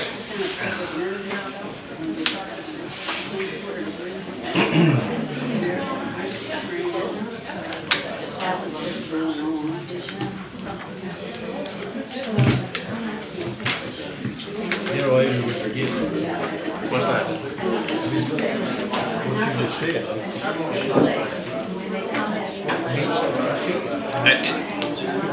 The emotions. It's very difficult for me sitting up here. Oh. You know, it's just. I acknowledge it. I like to think about it. Because that's the thing, you had both your engineering report and your comp plan, they didn't meet. Okay. 30 seconds up, isn't it? Yeah. All right, here we go. Everybody ready? All right, we're gonna move on. We're gonna move on. Thank you. To number 6. Vending trailer on Doug. I mean, we'll have a public discussion, but we'll let you introduce what number 6 is. Yes, sir. Thank you, Mr. Mayor. So I was approached by a vendor from Top Notch Beach Vending to put a vending trailer that's on wheels at 3601 Highway 98. I looked through the land development code related to having this type of vendor there, related to a peddler. That would meet the requirements of that. I went further into the section to look at the land development code to whether or not it was change or use or establish a similar use. And I believe it does not cause undue harm by the surrounding area to add this additional trailer on that lot where the taco stand is as well. I have a map attached as well that shows that. You can also note that the need for a minor commercial development order would not be necessary based on the development that they're bringing in with this mobile trailer that does not require any kind of utilities. So I asked the vendor last week to actually show me a little bit deeper about how much things he would be putting on this lot and how it would impact it and the size. I do feel like their times of doing business are different than the lunch truck that's on that same lot. They would be more of the morning picking up your bikes and whatever, in the afternoon bringing it back, so I don't think it impedes on that kind of traffic. The owner of the lot has done a great job grading it out and bringing up the upkeep and making more useful land there on Highway 98. And I believe it helps out people that are in our town for utilization of this type of services in the season months. So after reviewing the on-site setup, code enforcement and public utility officials, public safety officials agreed that it would be fine. They're not blocking the fire hydrant, which was one of the problems before on the corner. And do remember that should they cause any kind of undue burden, and we have to do a code enforcement situation, then we can do that. If we have a problem with it where they're causing too much traffic or parking issues, we can deal with that and then ultimately remove them from that site. So this would be based on them being good neighbors. The owner of the business is a resident in Mexico Beach and wants to do business in Mexico Beach. And he is here today if you have any questions for him as well. All right, we'll open the public hearing for the number 6, the 3601 vending trailer. Anyone here to speak? Nope. Okay. Nope. All right.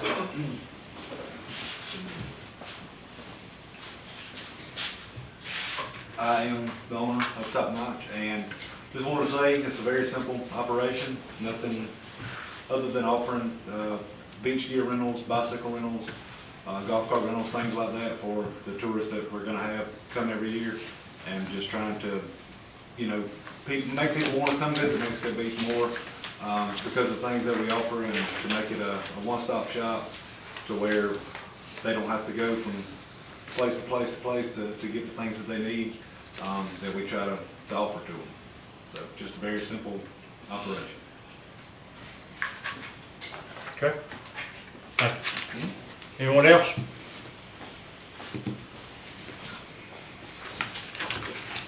Okay, close the public hearing to the table. Comments? Russ, what you offering? What you offering to rent? I mean, I think your space there is gonna run out there. I really do. We've got bicycles, golf carts, beach chairs, umbrellas, all of that which is contained inside of the trailer. The bicycles and golf carts will not be, but I'm open to the amount of golf carts that I keep up there at a time. But basically just anything you would need for a day at the beach. Are they street legal? No, so they would all have to be delivered. So you would have to deliver it? I deliver and pick up. And you have enough parking for the people, because I really believe that's gonna be a good thing, but I'm more worried about bicycles, because I've been over 38 and seen them, and man, that's a boogie boys, and time these people just lined up to get. I just don't find, I hope you got enough parking there, or trailer big enough to hold all of it. That's my concern. I don't believe the parking will be an issue at all. Okay.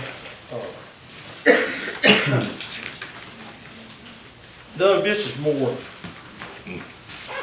related to you and your interpretation. And you know, some things fall through the cracks as we change people and our city expands, but the peddler's license, when it says that it is written permission from an existing business owner, the purpose of that was that it was an existing business. The person that's given permission for that another business to go in there is just someone that's renting that lot. They're not the landowner.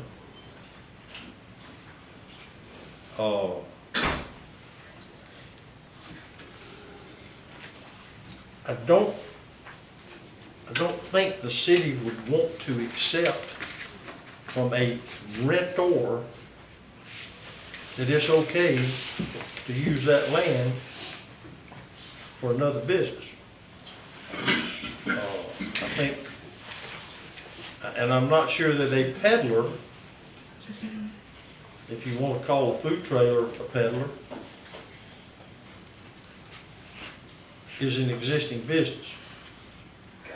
It wasn't the intent when it was written. It was intended to be if El Governor Motel, as an existing business, allowed someone to rent something from them, or if Toucans, or if y'all recall, maybe some of you were here when we went through that peddler thing to keep people from just pulling up off the street. So I think at the very least, if you want to use this interpretation, that someone besides the person that is the renter needs to give permission. At the very least. I do have a lease agreement with the owner of the property, and it was under the understanding that the food truck has to be there in order for the bike shop to remain there. So the lot owner did give permission? Yes, sir. They have a lease, just like the owner of the food truck has a lease. We just I thought you said the food, well, the way I read it is that the food truck owner gave it. That was the business that was there established. There's the owner of the of the property right there. Mayor, if I could, I understand a lot of what you just said, but no, as the manager for the LLC that owns the property, we are giving permission for him to come there. I also understand from your perspective of, we probably prefer to look at brick and mortar. With the catastrophe that happened with Michael, you're probably looking for a 15 to 20-year business recovery plan typically. And we see this as an opportunity for a young guy to build his business and then eventually get him in a brick and mortar type situation. This is a way just to get him rolling and to get the services in that the tourists need. Hey, I'm pro-business, okay? I mean, I'm more concerned about if in the future that we don't take our pop-up businesses and make it so easy for them just to all of a sudden be down on Highway 98 and nobody wants to put a brick and mortar store up, okay? I understand that. That's where I'm coming from. We would have an interest in doing brick and mortar and on other general commercial property we own. However, with what the cost of everything is, the cost of construction, we're not going to find anybody who can afford to stay open to rent the space. And that's why we're trying to be a little bit flexible on this, because I assure you. And I want us to be. Yeah. I said when I started, I was talking more to Doug than I was anyone, but I thought it was important to make my concern known that we have to be careful with how many we're gonna allow. How many, I mean, you know, Rusty may say, look, guy wants to rent some kites, I'll let him have a little piece of this too. You know what I mean? We have to have some orderly I understand what you're saying. way of letting businesses come here. Sure. That's all I'm saying. And I will continue to bring those to the council so that they can all be in review, just like I did for this one. Gotcha. That'd be subleasing, but you know what you say. Well, that's what it is, but the owner, I didn't know the owner of the property. I was under the understanding that we called it the food truck guy said if you like it. I understand what you're saying. I said I understood it that way. I didn't say that was the way it was, that was the way I understood it. So now that I've clarified that and the owner has given permission and we want to sort of expand our flexibility with how we're gonna treat peddlers, I'm okay with that. Super. Thank you, Mayor. Thank you. All right, comment, bring it, anybody else got a comment? Yes, ma'am.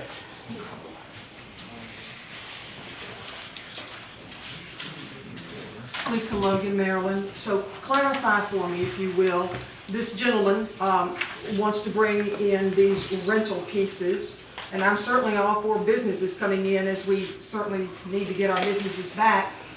But how many golf carts is he planning to park along Highway 98 for this? And Are they gonna be out there all the time? I mean, this is going to begin to look like a car lot. So how many? Well, we'll have to monitor that, Lisa. We don't know. I mean, Jerry's already had concerns about his park. We're gonna have to let him get there and see what he No, does. you need to give him a limit on how many he can put out there at a time. We don't have, we're considering him a peddler.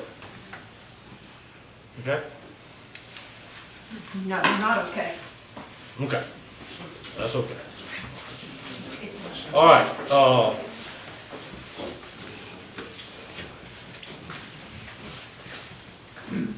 number 6 is, but for any other comments before we close the public? Come forward.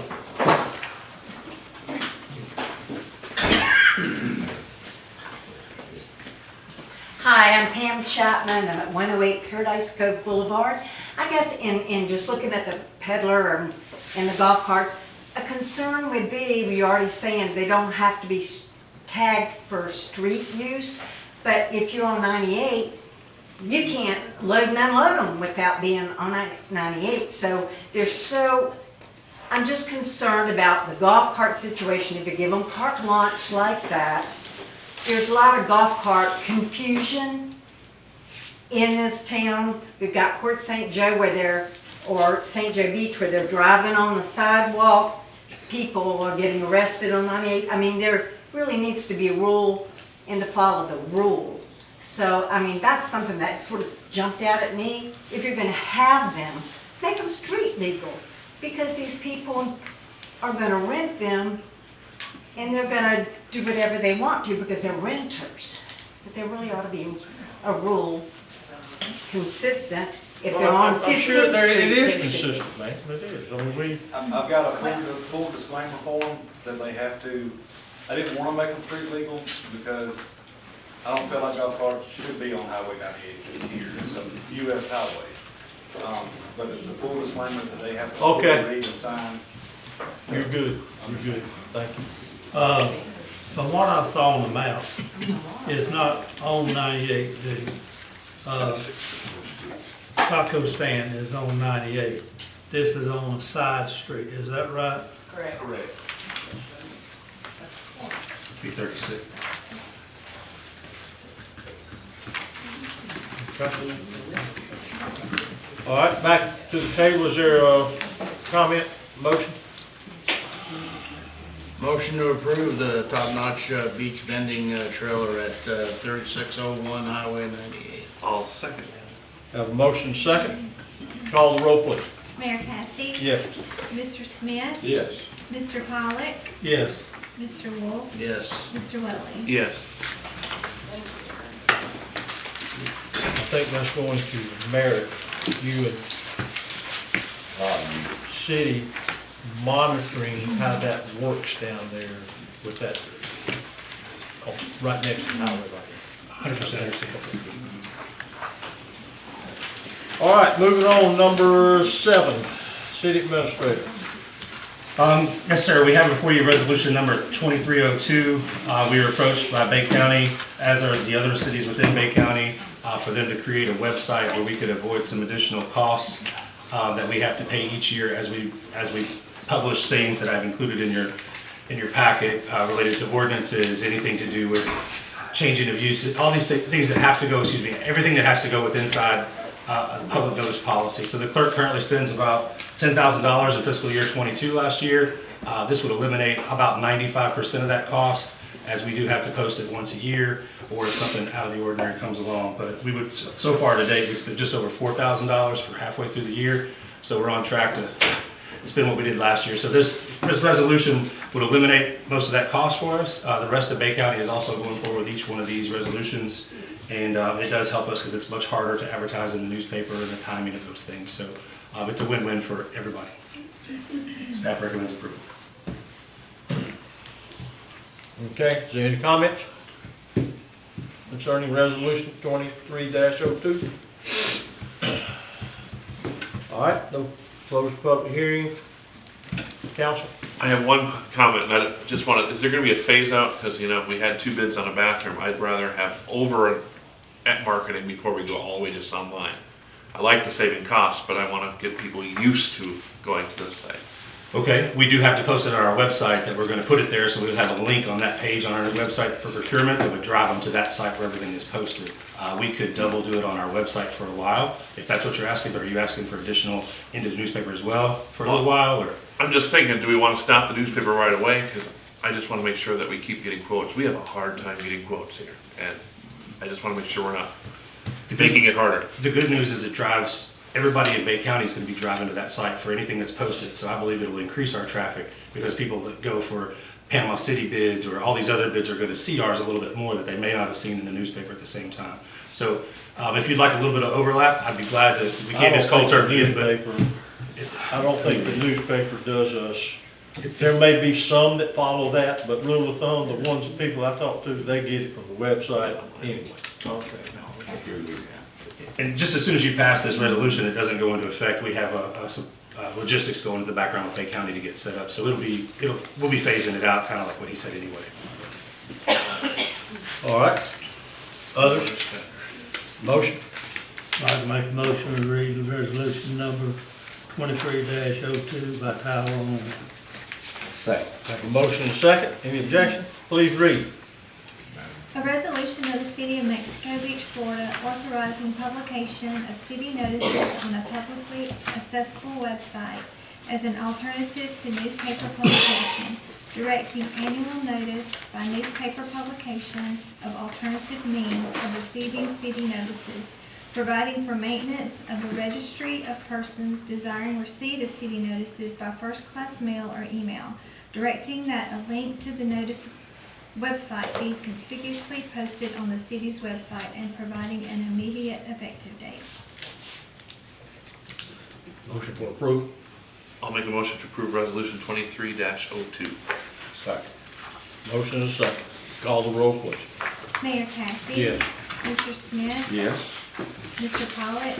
Yes. Mr. Wolf? Yes. Mr. Welly? Yes. Thank you. Underwater debris removal, number 8. All right, in an effort to keep things moving, sir, the task order for underwater debris removal has been brought to you previously when we were working on our grant that we were working towards to this point. We've been approved for the grant. We've actually approved Atkins as the administrator and the double check, the administration portion, excuse me.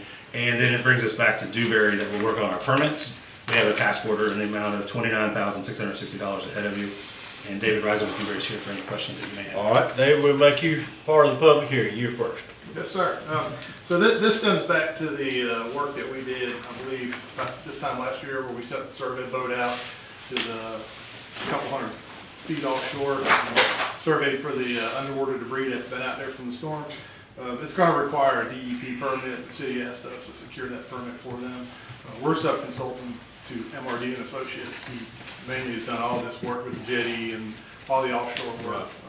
And this is just a task order to push that forward. All right, and your grant secure? Yes, sir. Just wanted that to be on the record. Please.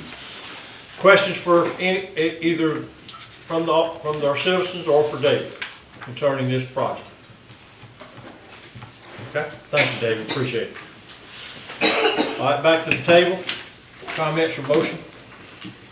Didn't we put all this on to Bay County removing it? No. Not that I know of, sir. No, we didn't not do it, sir. Was that the sand? We did some, we moved everything to Bay County. We just renourishment. we just gave our $5 million. Renourishment, yes. Okay. Yeah. Okay. Beach renourishment. Okay.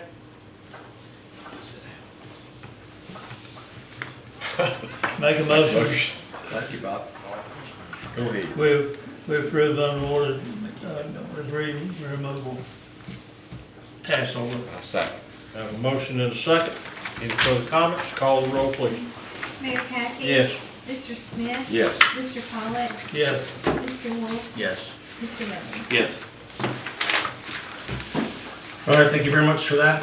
The next item on the agenda, number 9, America the Beautiful Grant Agreement. We all know that we have shortfalls coming to us from related to rebuilding of our parks and bathrooms and things of that nature.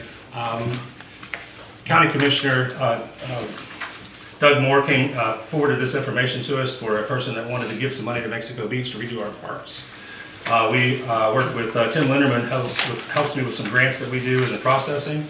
We were able to secure a check for $10,000 that's already in hand to go for the rebuilding the park to park. This can be anything from any shortfall that we have. They would prefer to be something fancier, like you could see something tangible, not under the ground, so that they could brag on the fact that they've raised money through the license plates that they sell and donate it back to folks to rebuilding and for public facilities and things that I have noted in that contract. So we already have the money for this. I'm requesting approval to accept it and move forward with the grant. We can add it with our grant that we have from Bay County to redo our the playground, add a playground to that property.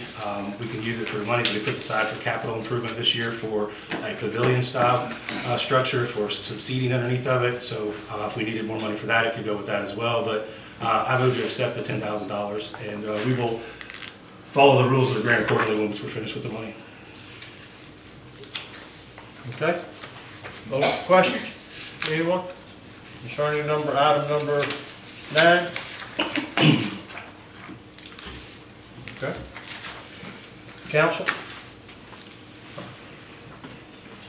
I reckon we're gonna make a motion to approve it, or what? Sounds good, I'll second. Yeah. That's good. I make a motion to approve receiving the $10,000. And allow the administrator to sign the agreement. Allow the administrator to sign the agreement. Second. All right, we have a motion and a second to accept the marital review grant and the transfer of sign. Call the roll, please. Mayor Kathy? Yes. Mr. Smith? Yes. Mr. Follett? Yes. Mr. Wolf? Yes. Mr. Lilly? Yes. All right. Project list. About a month or so ago, Mr. Mayor, the council asked me to update the style of reporting for my project list. In front of you, you have a spreadsheet, it's a 2-page spreadsheet that I passed out that kind of goes through each one of these projects that are listed. This will actually help us be accountable for where we were. You'll have a look back and say, Doug, you're not doing something towards this, or what's going on with this one. You've been doing the same thing for a couple months. So I think it helps add a little bit more transparency as we go forward, as opposed to myself just kind of rattling off where we stand. You have something tangible in front of you so you can see how we go. So if you look at the column for February 14th, 2023, you'll see the first item is the 8th Street bathrooms. The bids came in, were extremely high for those bathrooms. We've actually worked with David and Dewberry and Ryan at Atkins to resubmit those to FEMA to show them what the 2 bids that we got were back. We're waiting to hear back from them on a dollar figure that they would agree to. And we've received no response yet. The 15th Street pedestrian bridge. This would be the city continuing to look for the use of fabricated aluminum bridges. I have a meeting coming up with a contractor to kind of look at the site, talk about something that would really go there, something that they do sell. Of course, we would have to bid that out because it would be over the threshold that we currently have. But we're trying to find some options for that so we can move forward. I've also applied for appropriations for this year, Senate and House, and they've been accepted. They're under review for the pedestrian bridge of $350,000, so I put that together as well. And I've contacted Bay County. Commissioner Smith, or Councilmember Smith actually was pushing forward for this. Was a great idea to go back to them related to some funds that they've had that they use related to our gas taxes and things that they have, sales tax money that they have a hole that they could donate or utilize some of those over in our city. I'm meeting with, I've got the county manager, Bob Michael will be here on Thursday to have lunch with me and kind of go around and look at some sites and some things we have in the county. I've invited him over, so we're going to kind of go through that route to show what we're looking for, or maybe it'll spark some interest. Once you see it, it always helps to see what you're talking about instead of hearing about it repeatedly from me. The boat ramp expansion. We did get the bids back in for the boater improvement program. They were more than double the amount of grant money that we had. And that's been the trend with everything that's coming in lately for our bids. However, we did get 2 bids. One was $1.1 million with the contingency, and one was $1.3 million with the contingency. They included about $600,000 to $700,000 worth of concrete each. So that's where the biggest expense is coming in for the way that they would install that boat ramp. So that being said, we decided the window opened on February 1st where we could reapply for additional funding. And they did tell us, the Fish and Wildlife said that we could go ahead and reapply for that additional cost. That happens a lot of times for them. The window is open now. We're working on our submittal. And they said we stand a good chance to get it, but it won't be until later this year. We'll find out in the summer, but it would be sometime in 2024 we receive the money. So this does delay that project as written. So I'll keep you posted as we apply for that. The bypass pumps, this was something that we received some money for from the state. The bids also were extremely high. We're looking at some options. David has gone through some, with Dewberry has gone through some ideas of how the city could perform some self-installations related to some of our lift stations and these pumps that we could buy. However, we're running into issues with our procurement policy because the cost of these motors are above the $15,000 that we have set. So I'm looking at some alternatives to bring back with you through finance and Debbie to have some options. The next one is the citywide stormwater repairs. Those are going quite well. You can see a lot of times now when we have quite a bit of rain lately, you can see that they are working. They're working better than they were. They can continue to get better.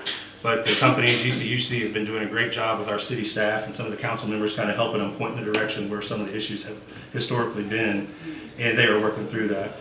Phase 2, we received a dollar figure for the Phase 2 FEMA stormwater repairs, and that was a lot of spotty stuff all over town for Phase 2 for pipe replacement and repairs.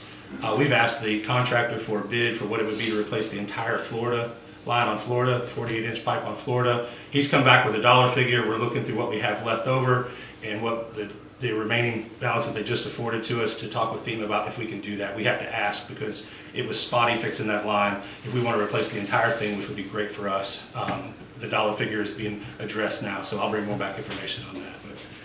But it does keep us moving forward. The dredge purchase, we just made a second payment. We paid a total of $203,000 towards the dredge. As you know, the dredge will not be delivered until December of 2023, but I did speak with Rudy at the place, and they received the pump and the motor, and they're waiting on the steel to put the whole together. So it is moving forward. So hopefully we're on track the way he says to get it done on time. So. The jetty. So the jetty's probably one of the further projects along of our three related to the pier, the jetty, and the municipal complex through FEMA. The permits and the environmental assessment have been submitted to FEMA, and they're under review. And I'll talk a little bit more about the environmental assessment down the road here, but we're in a holding pattern on that. It's been designed and it's ready, so we're just waiting on their review. We added the marine and boat slips covered with lifts a little while back. We've actually worked on through the harbor master, so Sandy's been working on the options for installing some piles, maybe a phased-in project that we could bring to you guys due to another reason, because of the purchasing requirements. We would phase it in. If we identify the lots that the slips where we'd want the lifts to go that we'd want to rent at a higher dollar figure, we could get the piles put in for those and then be ready for the motor install. And then as the council was ready to move forward, when the amount of people that were looking to rent them, we could install a lift on those piles as we go forward. So it's a phased-in option that I'm proposing, and I'm working on some dollar figures to get back to you related to it's very similar to what the cost was for the gentleman that did get a lease with us to add one over there in the $20,000 price range. So if we do the piles and we come back later for the lift and the install for the lift, I believe it would help us with our policy as a phased-in project. What, wait, are we not going, the way we initially was if they was going to do it? That's still the plan for that one that I brought to you for approval. Yeah, that one, but now you're saying the company paid $600 a pile, and then we gonna put the...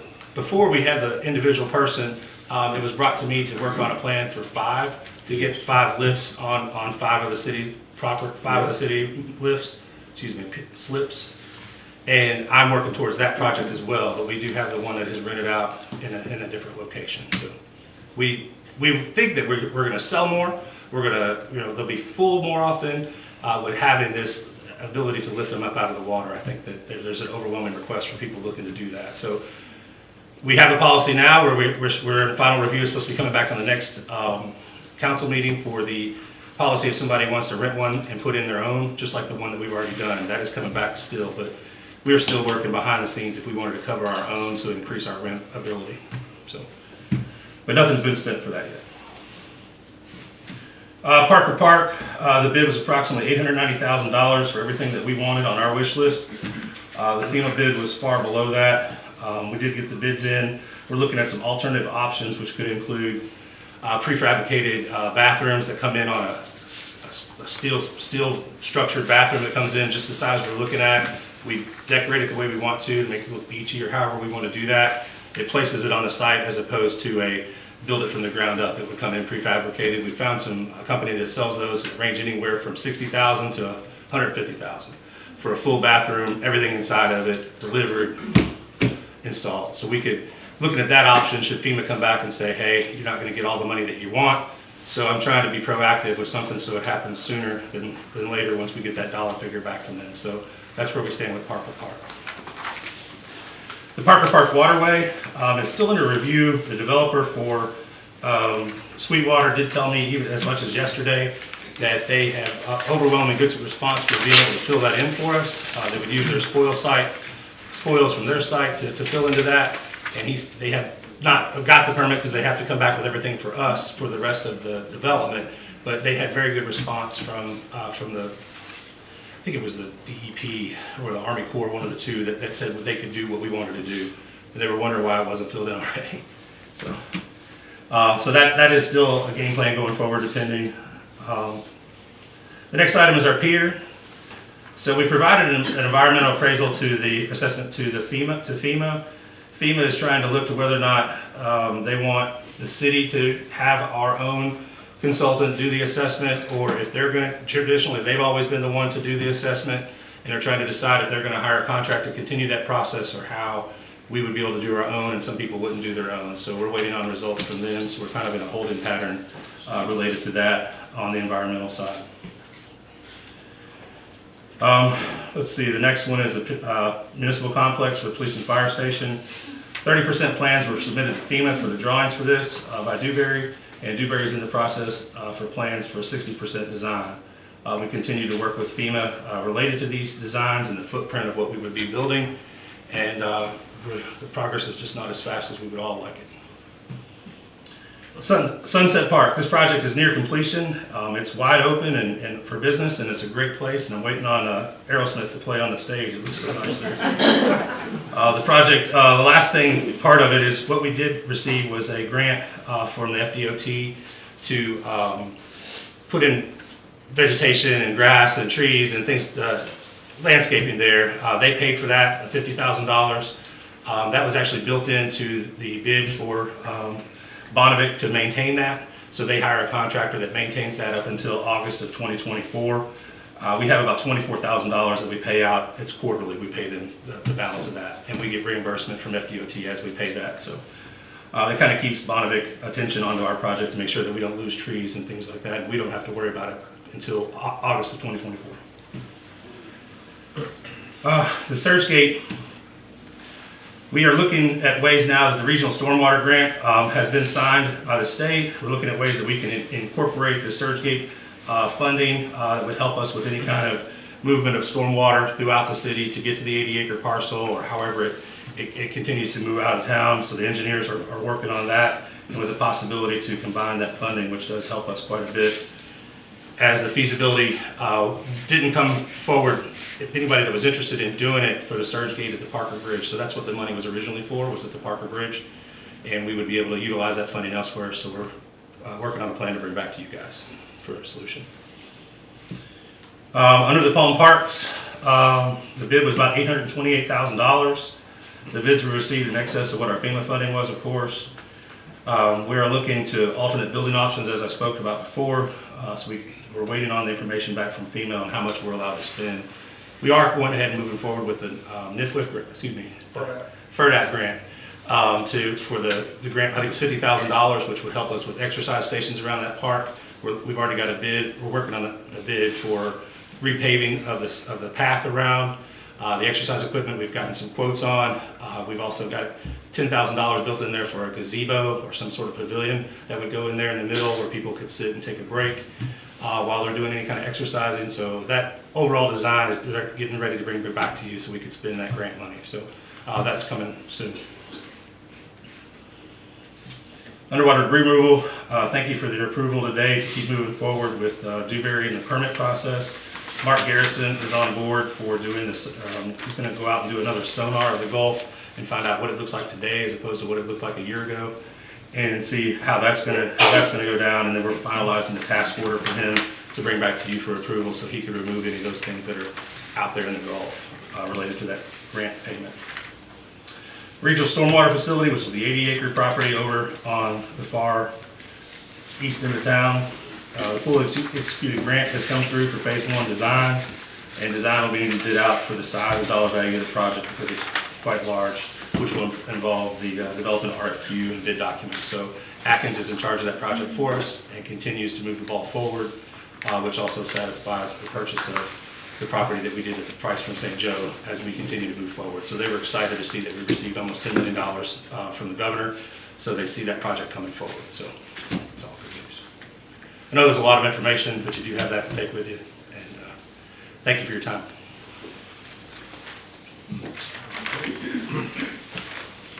You're still up? No questions? All right. Well, anyone? Yes, ma'am. I just want to know, could we have that put on the website, because that was not in the packet, what the current projects are? Because that's interesting. And, Sure. you know, Sure, we can put anything we have up here on the website. it wasn't in the packet, so I didn't, you know. It's good. Good update. Yeah, it's a moving target, but we can put it on it. Can you get that ad? Absolutely, I made a note. I'll do that right away. It was the first time presenting it, so I was hoping that you guys would be okay with it and didn't need changes. So Yeah, that's a good way to track it. that's why It's a good way to track it. shows the progress. It'll show what you've done and what you hadn't done, that's for sure. All right, so thank you for your time to go through that. I do have if I can find it here, a couple just announcements, just so the public knows and the council knows. I spoke to the contractors at the boat ramp regarding our boat ramp road this morning and the amount of timing of things to get finished. They've assured me that CVC is going to start next week. They've got a notice received for next week for the boat ramp, and they are going to, the dedicated boat ramp road, not the coming off the other one. So they're going to raise that up for us, and they're actually going to start with that section raised up and turn towards the boat ramp. And then once they get that installed and open, they'll connect it between the two. So if that makes sense, the connector between the crossings and the boat ramp road would be the second phase of that. So you would have dedicated boat ramp and you would have the crossings until we get them connected. So that helps us with our time frame. We're trying to get that open by early March.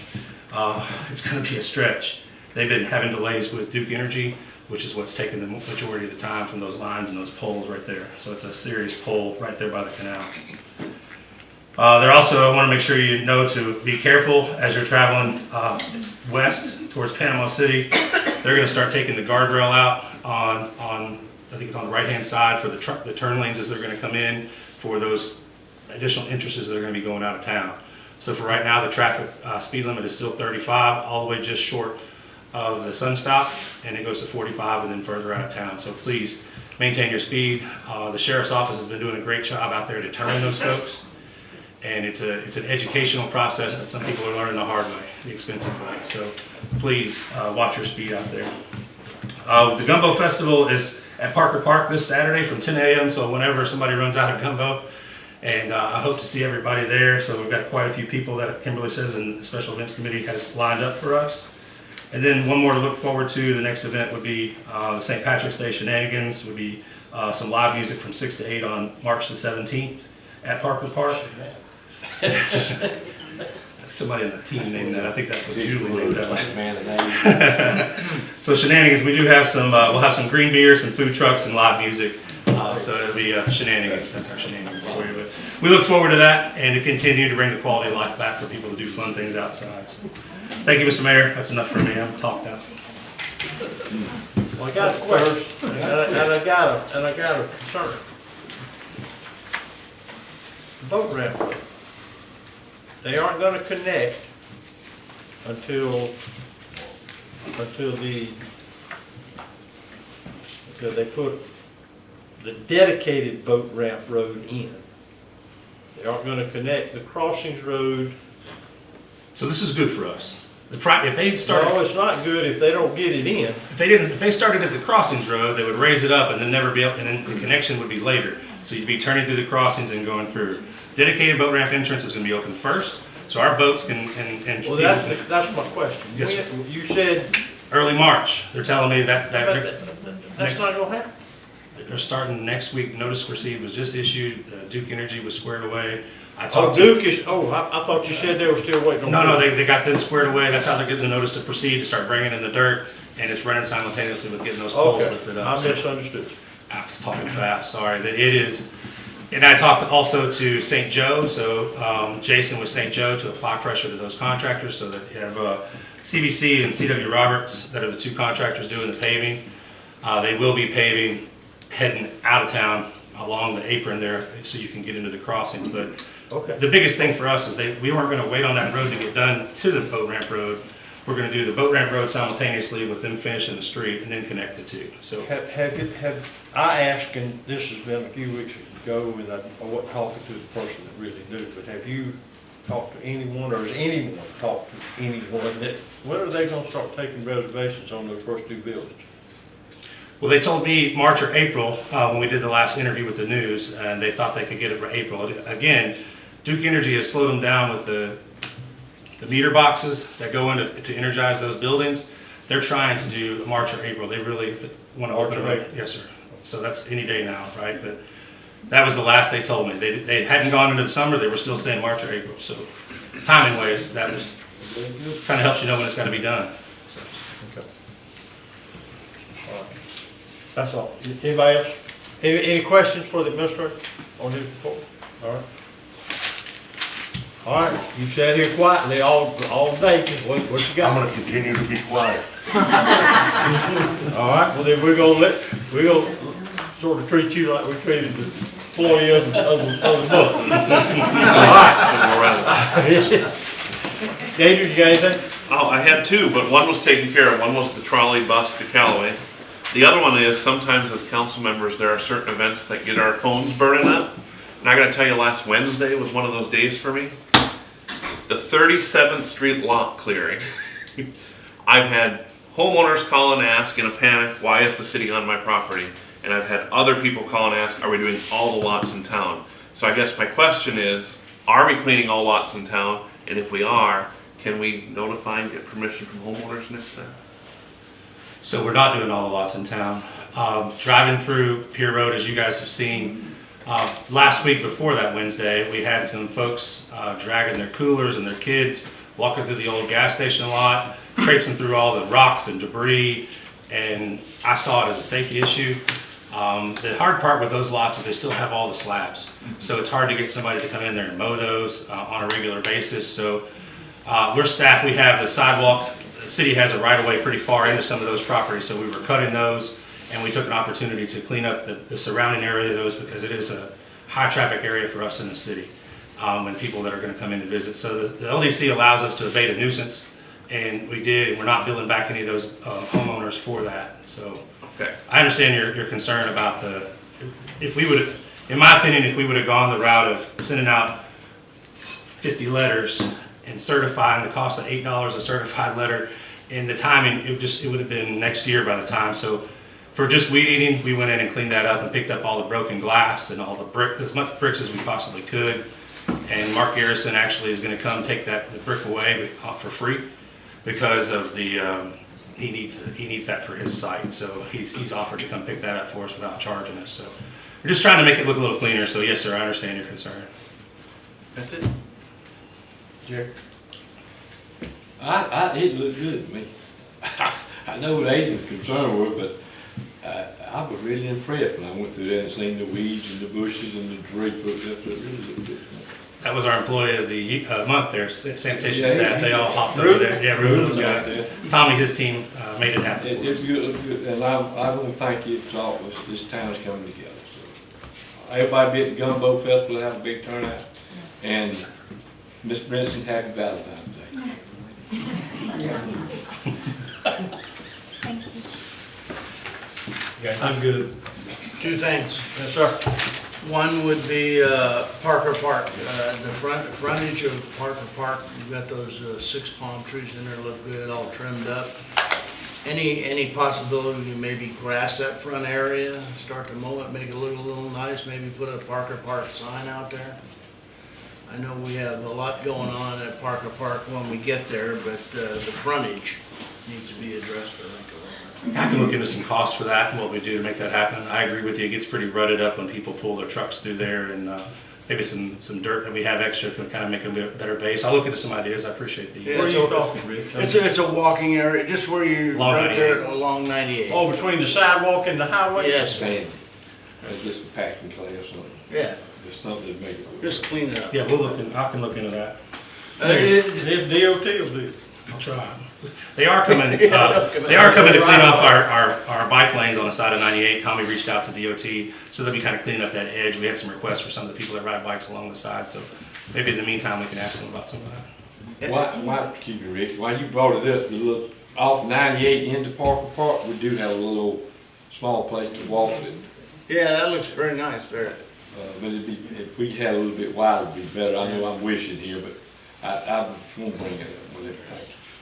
Yeah, the other thing I had was just, and I won't go over it in depth, there's two websites that Tyndall people, when they move, they use. Obviously, the Tyndall website is well-known.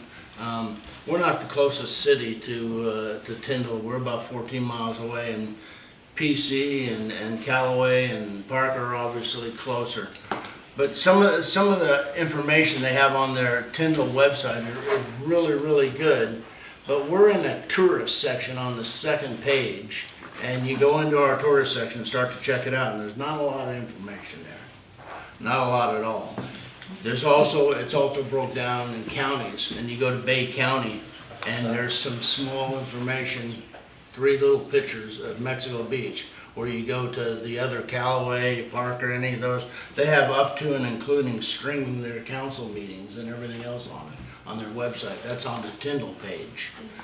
The other one that's used a lot of times is a My Base Guide. My Base Guide is used for a person. It's given to him. That website's given to that him or her when they're transferred to a base. And when they're transferred to Tyndall, they can go to this site and they can put in where they're going, what they're going to be doing, whatever.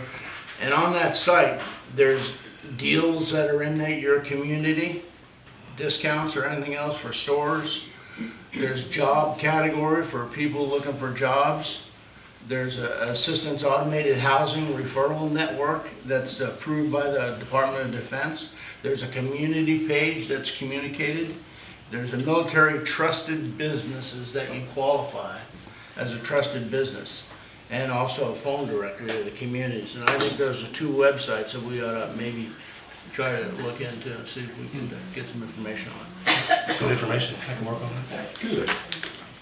I see Marty about that. I just got one question, Marty, it's really for you. The lady brought it up earlier about confusion with golf carts.